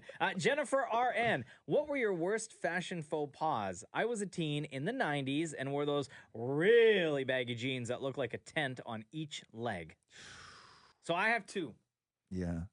I remember watching In Living Color on Fox on a Sunday night, and that group Crisscross were performing. The backwards pants? They wore backwards pants and backwards sweaters. Yeah. Right? All their clothes was backwards. And they sang that song, Jump, Jump. Yeah. The Mac Dad'll make you jump, jump. A Daddy Mac will make you jump, jump. Yeah. And everybody watched that show. So I decide the next day, the Monday, I'm going to show up to school and I'm going to put my clothes on backwards. Man, I got roasted. You actually did that? You went to school with your clothes on backwards? All day. How did you pee? Oh, that's difficult. Like you turn around or you got to like reach? No, I had to go, couldn't stand at the urinal. Sit down, right? So I'd have to go to the stall and undo my pants, but my belt was in the back. Yeah. It was very difficult. So your jeans looked like lady slacks with the zipper of the bum, right? Yeah. Yeah, it was that's very weird. difficult. There was that, and then the other thing I did was maybe I was trying to start a fashion trend, but you know the North Face jackets, how you have like the fur on the hood? Yeah. So some jackets, you could unzip or unbutton the fur from your hood Right. if you just wanted a hood with no fur. So I took the fur from the jacket hood and I stuck it in my front pocket. And it was like hanging out my front pocket. Like a bandana? Like a bandana. Like some sort of And weird... people at school were like, suit puff? People were like, what are you doing? I'm like, hello, everyone's doing this. Like a pocket tail? Yeah. And people were like, what are you doing, stupid? And I'm like, I don't know where you guys have been, but this is a trend. thing? This is a thing. Wow. And like everyone's doing it now. So did you make yourself look like a fool just to troll everyone? No, you tried to start something. I tried to start something. Yeah, that's hard to do. Oh, and It's hard this to was do. and this was like when I used to go to New York a lot. I have a ton of family in New York, so my family and we used to travel to New York a lot. So with the pocket tail, tail. So when people were like kept grilling me all day because I wouldn't let it go, I was like, guys, I just got back from New York and everyone out there is doing that. Oh, so. snap. You tried that. Yeah. Yeah. So, didn't happen, though. Didn't work. Damnit Maurie, I know, went through a Hawaiian shirt phase. Yeah, but Right? can I just hold on? Like Unlike a retiree. Mocha's fur tail, Yeah. in the moment you don't think it's a faux pas. In the moment True. you think it's That's great. true. That's Because I true. used to wear gold platform shoes and Hawaiian shirts and fur pants. Right. What? Yeah, and I would do the traffic on television in that outfit. Right. Yeah. Because that was the time, or it like... Because I was gay and wanted everyone to know. Oh, okay. And had you just recently come out at that point? Yes, I like literally just came out, and I'm like, I came out with like steam and smoke coming out behind Right. me. I'm like, so here I am. you just went and you came out and then immediately was like, I need gold shoes. I believe it's your part of your welcome basket. How about you, Roz? Fashion faux pas. Yeah, I'm with Maury on this because when it's a faux pas at the time, you don't think it's a faux pas, right? I don't know. I don't really ever regret wearing. I mean, I had anything. jeans with leather patches down the side. And at the time, I Who thought they were didn't cool. say that like it's weird. I don't know. Like I was a real glam rock kid in the late '80s, and so I wore everything tight. I used to make my own jeans. I used to take other jeans and put them all together and re-sew them and make jeans. And like it was just like I just did all that. I wore a ton of makeup and I had dyed How are you hair. not gay? And because I'll tell you why more. Because I know one. I mean, it's very easy. No. But here's the thing: is that. Back then, like right now, everybody's talking about there's all these like multiple genders and gender is fluid and it's a social construct and all that stuff. And you got to allow people to mess around with gender roles and don't tell them they're boys and girls. Here's the difference, right? Is that back then when I wore skin tight pants and mesh shirts and a ton of eyeliner and my hair was dyed blonde and teased up, like I looked like a big, tall chick. Right? I wasn't messing around with some sort of gender conformity and I wasn't rebelling against anything. What I was trying to do was get laid because at that time, that's what women found hot. Really? Right? It had nothing to do with roles. I just realized that there was a group of women who were into these kinds of guys. I was also into that kind of look because I felt cool. Axl Rose. And the rock stars I like dressed like that.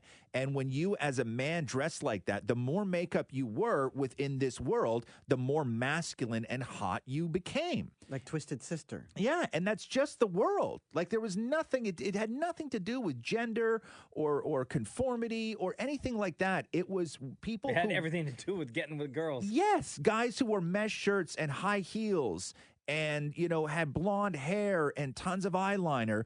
I didn't need your applause for breaking a barrier. I was just trying to make out with somebody. That's all it was. So not at all a faux pas. Not at all a faux pas. I also wore jam shorts. Yeah. What are jam shorts? They You don't were remember patterned jams? shorts that kind of went down to your knees. Yeah. But they were like kind of like bed sheet material. Yeah, jams. You never had jams? Jam shorts. Yeah. Really? No. Like you throw your jams on with a Varney.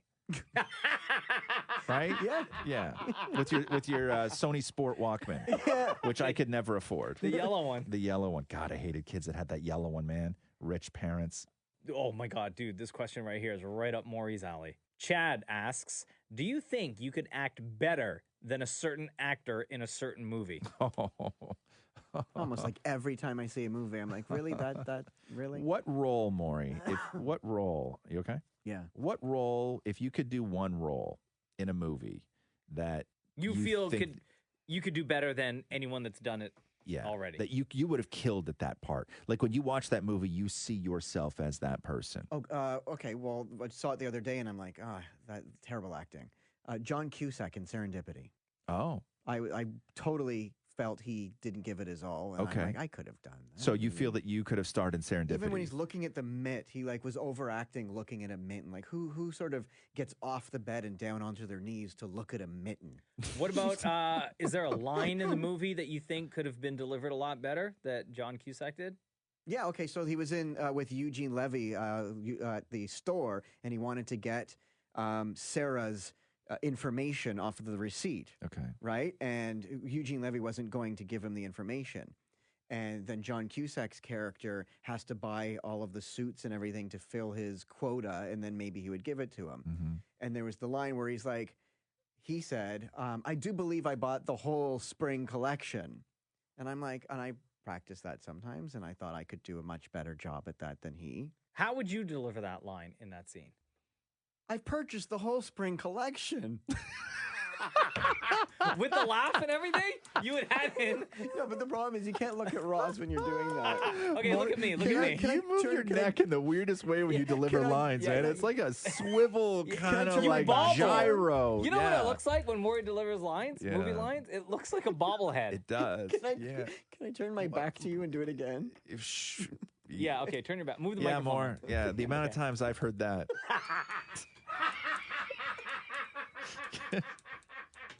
Can I turn my back to you and do it again? Jesus. Okay. All right. Damn. All right, go ahead. Okay. Shh. Yeah. Be professional, everybody. Okay. Be professional. Stop talking. Okay, hurry up. Okay. I do believe I bought the whole spring collection. Oh, yeah. I can see why you would think you do a better job than John Cusack. Just like John Cusack, only better. You're right, Maury. Hold on here. Somebody, here, Roz Weston. Hey, what's the worst thing about carpooling with Damnit Maurie? Can I answer that? Yeah. Carpooling with Damnit Maurie. What's the worst thing about carpooling with Damnit Maurie? No joke, I would say the driving. Yeah.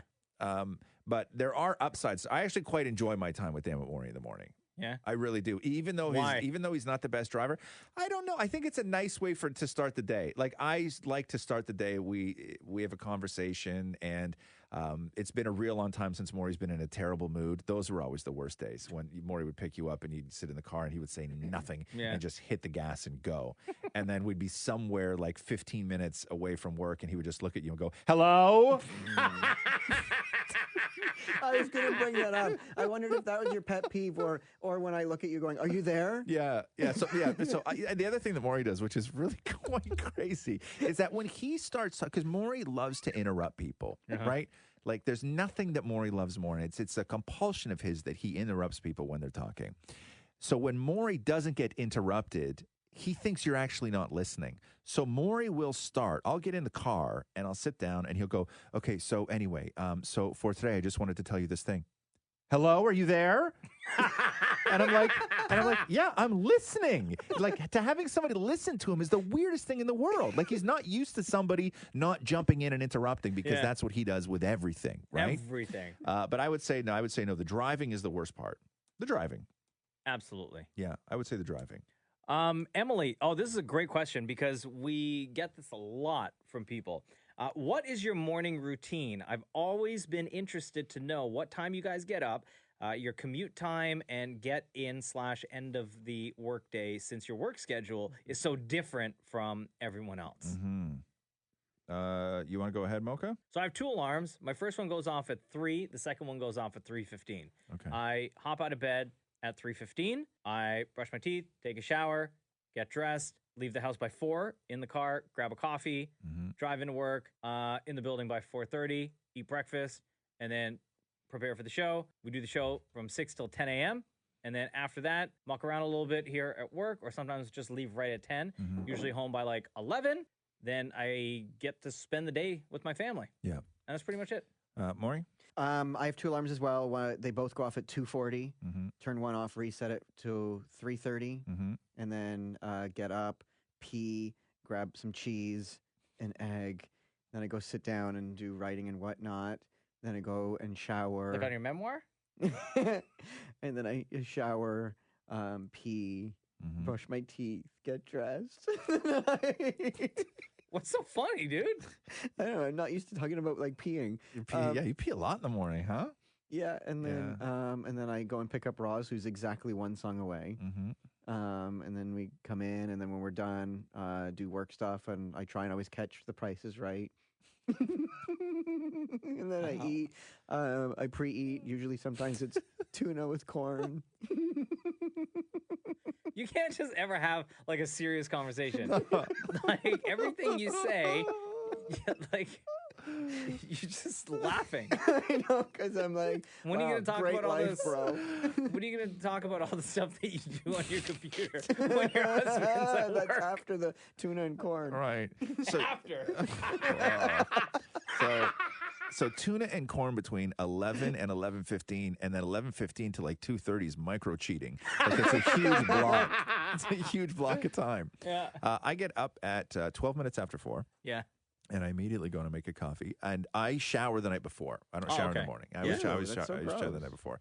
I know, because I tell you, most days I shower the night before. Yeah. And then what I'll usually do is if my hair is like real jacked up, I'll just jump in the shower again real quick. And otherwise, I just like soak my head down, do my hair. And then I spend all my time in the morning, my available time in the morning, in the bathroom on the toilet. So I do everything that I need to do. I do all my getting ready. My hair, my teeth, if I got to clip my nails, I do if I have to write something ahead of time before the show, I do it sitting on the toilet. I drink my coffee on the toilet. If I just sitting on the toilet, or your pants down and you're on the toilet? Pants down on the toilet. Wow. I'm there for a good hour. Almost. Really? Yeah. Do you not get like no, it's my toilet office. sores? Yeah, every now and then I have to take my one foot and put it up on the sort of vanity shelf in front of me because my leg will fall asleep.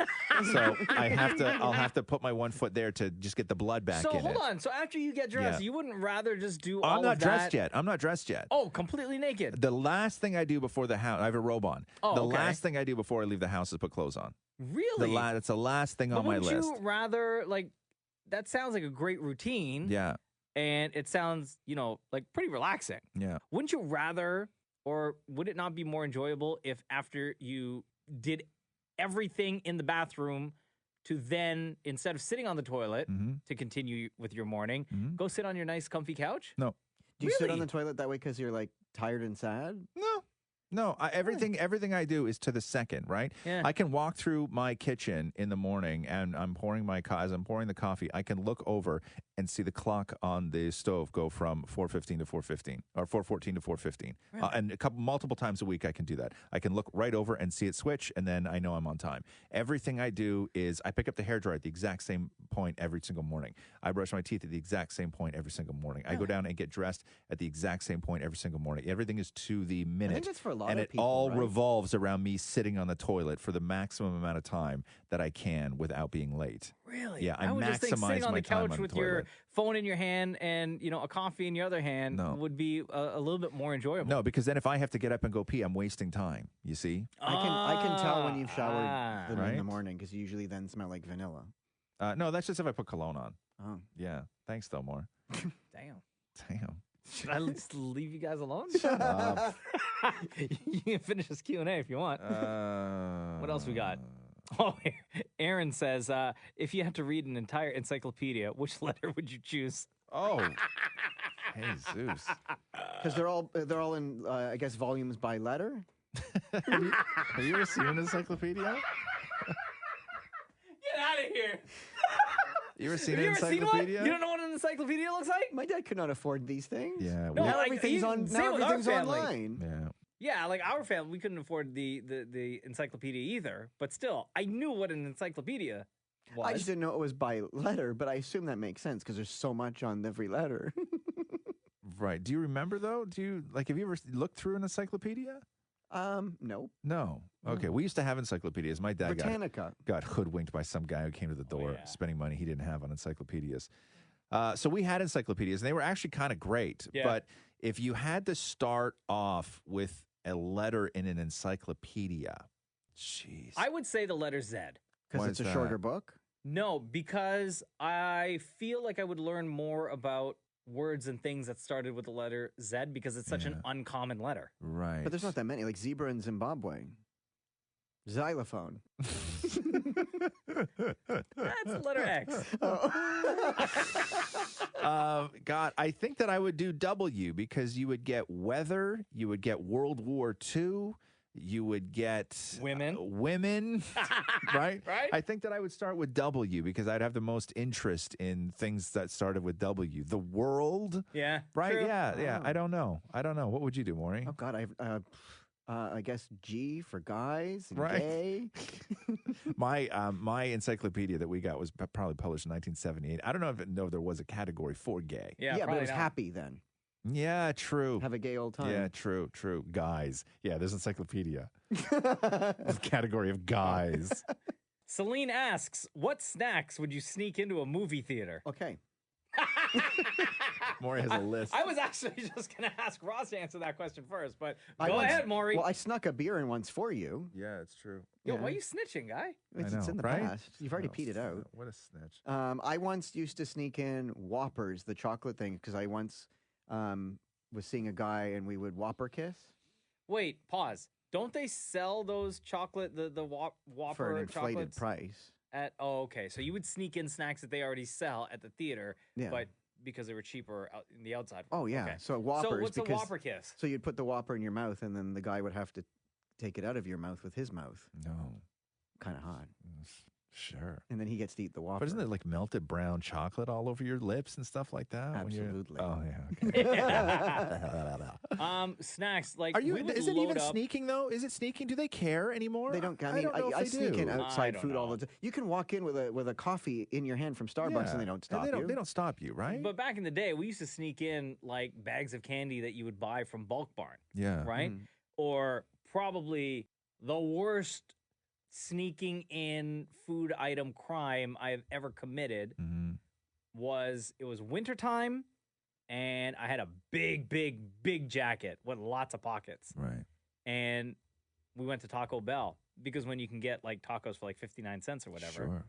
And I snuck in like a burrito and maybe 6 soft tacos and a drink. Yeah. A large drink. See, and back then, now movie theaters, there's all sorts of smells happening because they sell so many different things at the concession stands. But back then, if you were in a movie theater and somebody brought in something that was not a familiar smell to that environment, you knew it. Like a bologna sandwich? You knew it immediately. Yeah. Like you could tell that somebody was eating a bologna sandwich in that theater because it was such an unusual smell for that environment that you knew. It didn't smell like popcorn or candy. To go back to Roz's point, because I've gone to movies before and you would go to a restaurant or something, pick up a sandwich or whatever and walk right in and they don't stop you anymore. They don't care. I don't know if they do anymore. I watched, I think the last time that I snuck something into a movie theater was, I think that I pounded 6 Mike's Hard Lemonade watching Napoleon Dynamite. Vote for Patreon. Yeah. I knew that I was hammered by the end of it. Yeah? Yeah, I was really drunk Mike's by the hard, end of bro. it. Watching Yeah. Napoleon Yeah. Dynamite.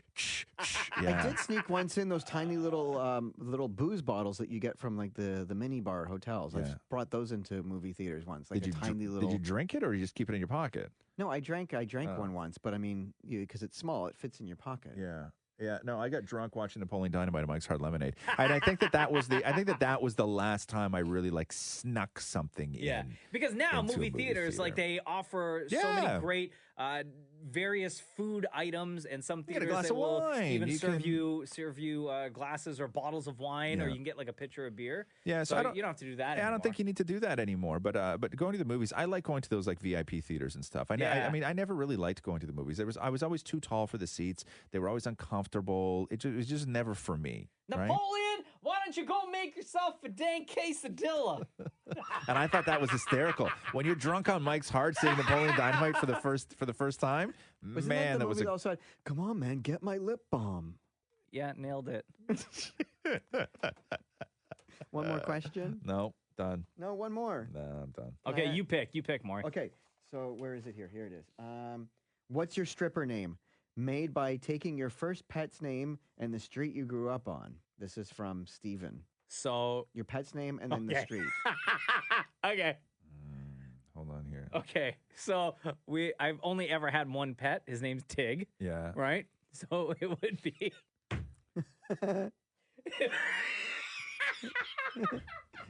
Okay. It would be Tig Woodmount. Wow. We used to live on Woodmount Avenue. Maury, go ahead. Myrtile Fitzroy. Myrtile Fitzroy. That sounds like an accountant. Jeez. Even my stripper name is very Jewish. Yeah, really Jewish. I'm trying to think of which pet we had first. But I will say, I'm trying to remember if we actually lived on this street or if it was the next street over. But, okay, my first pet was Pookie, right? Okay, this is great. Right? Or Caesar, okay? But I'm going to go with Pookie because I don't remember which one we got first. Okay. I'm going to go with Pookie. And it would either be Churchill. I don't remember either the first Pookie street. Churchill, Okay, or the other street that I don't know if our house was actually on it because I was too young was Doobie. Pookie Doobie? For the win. Please welcome to the stage, Pookie Doobie.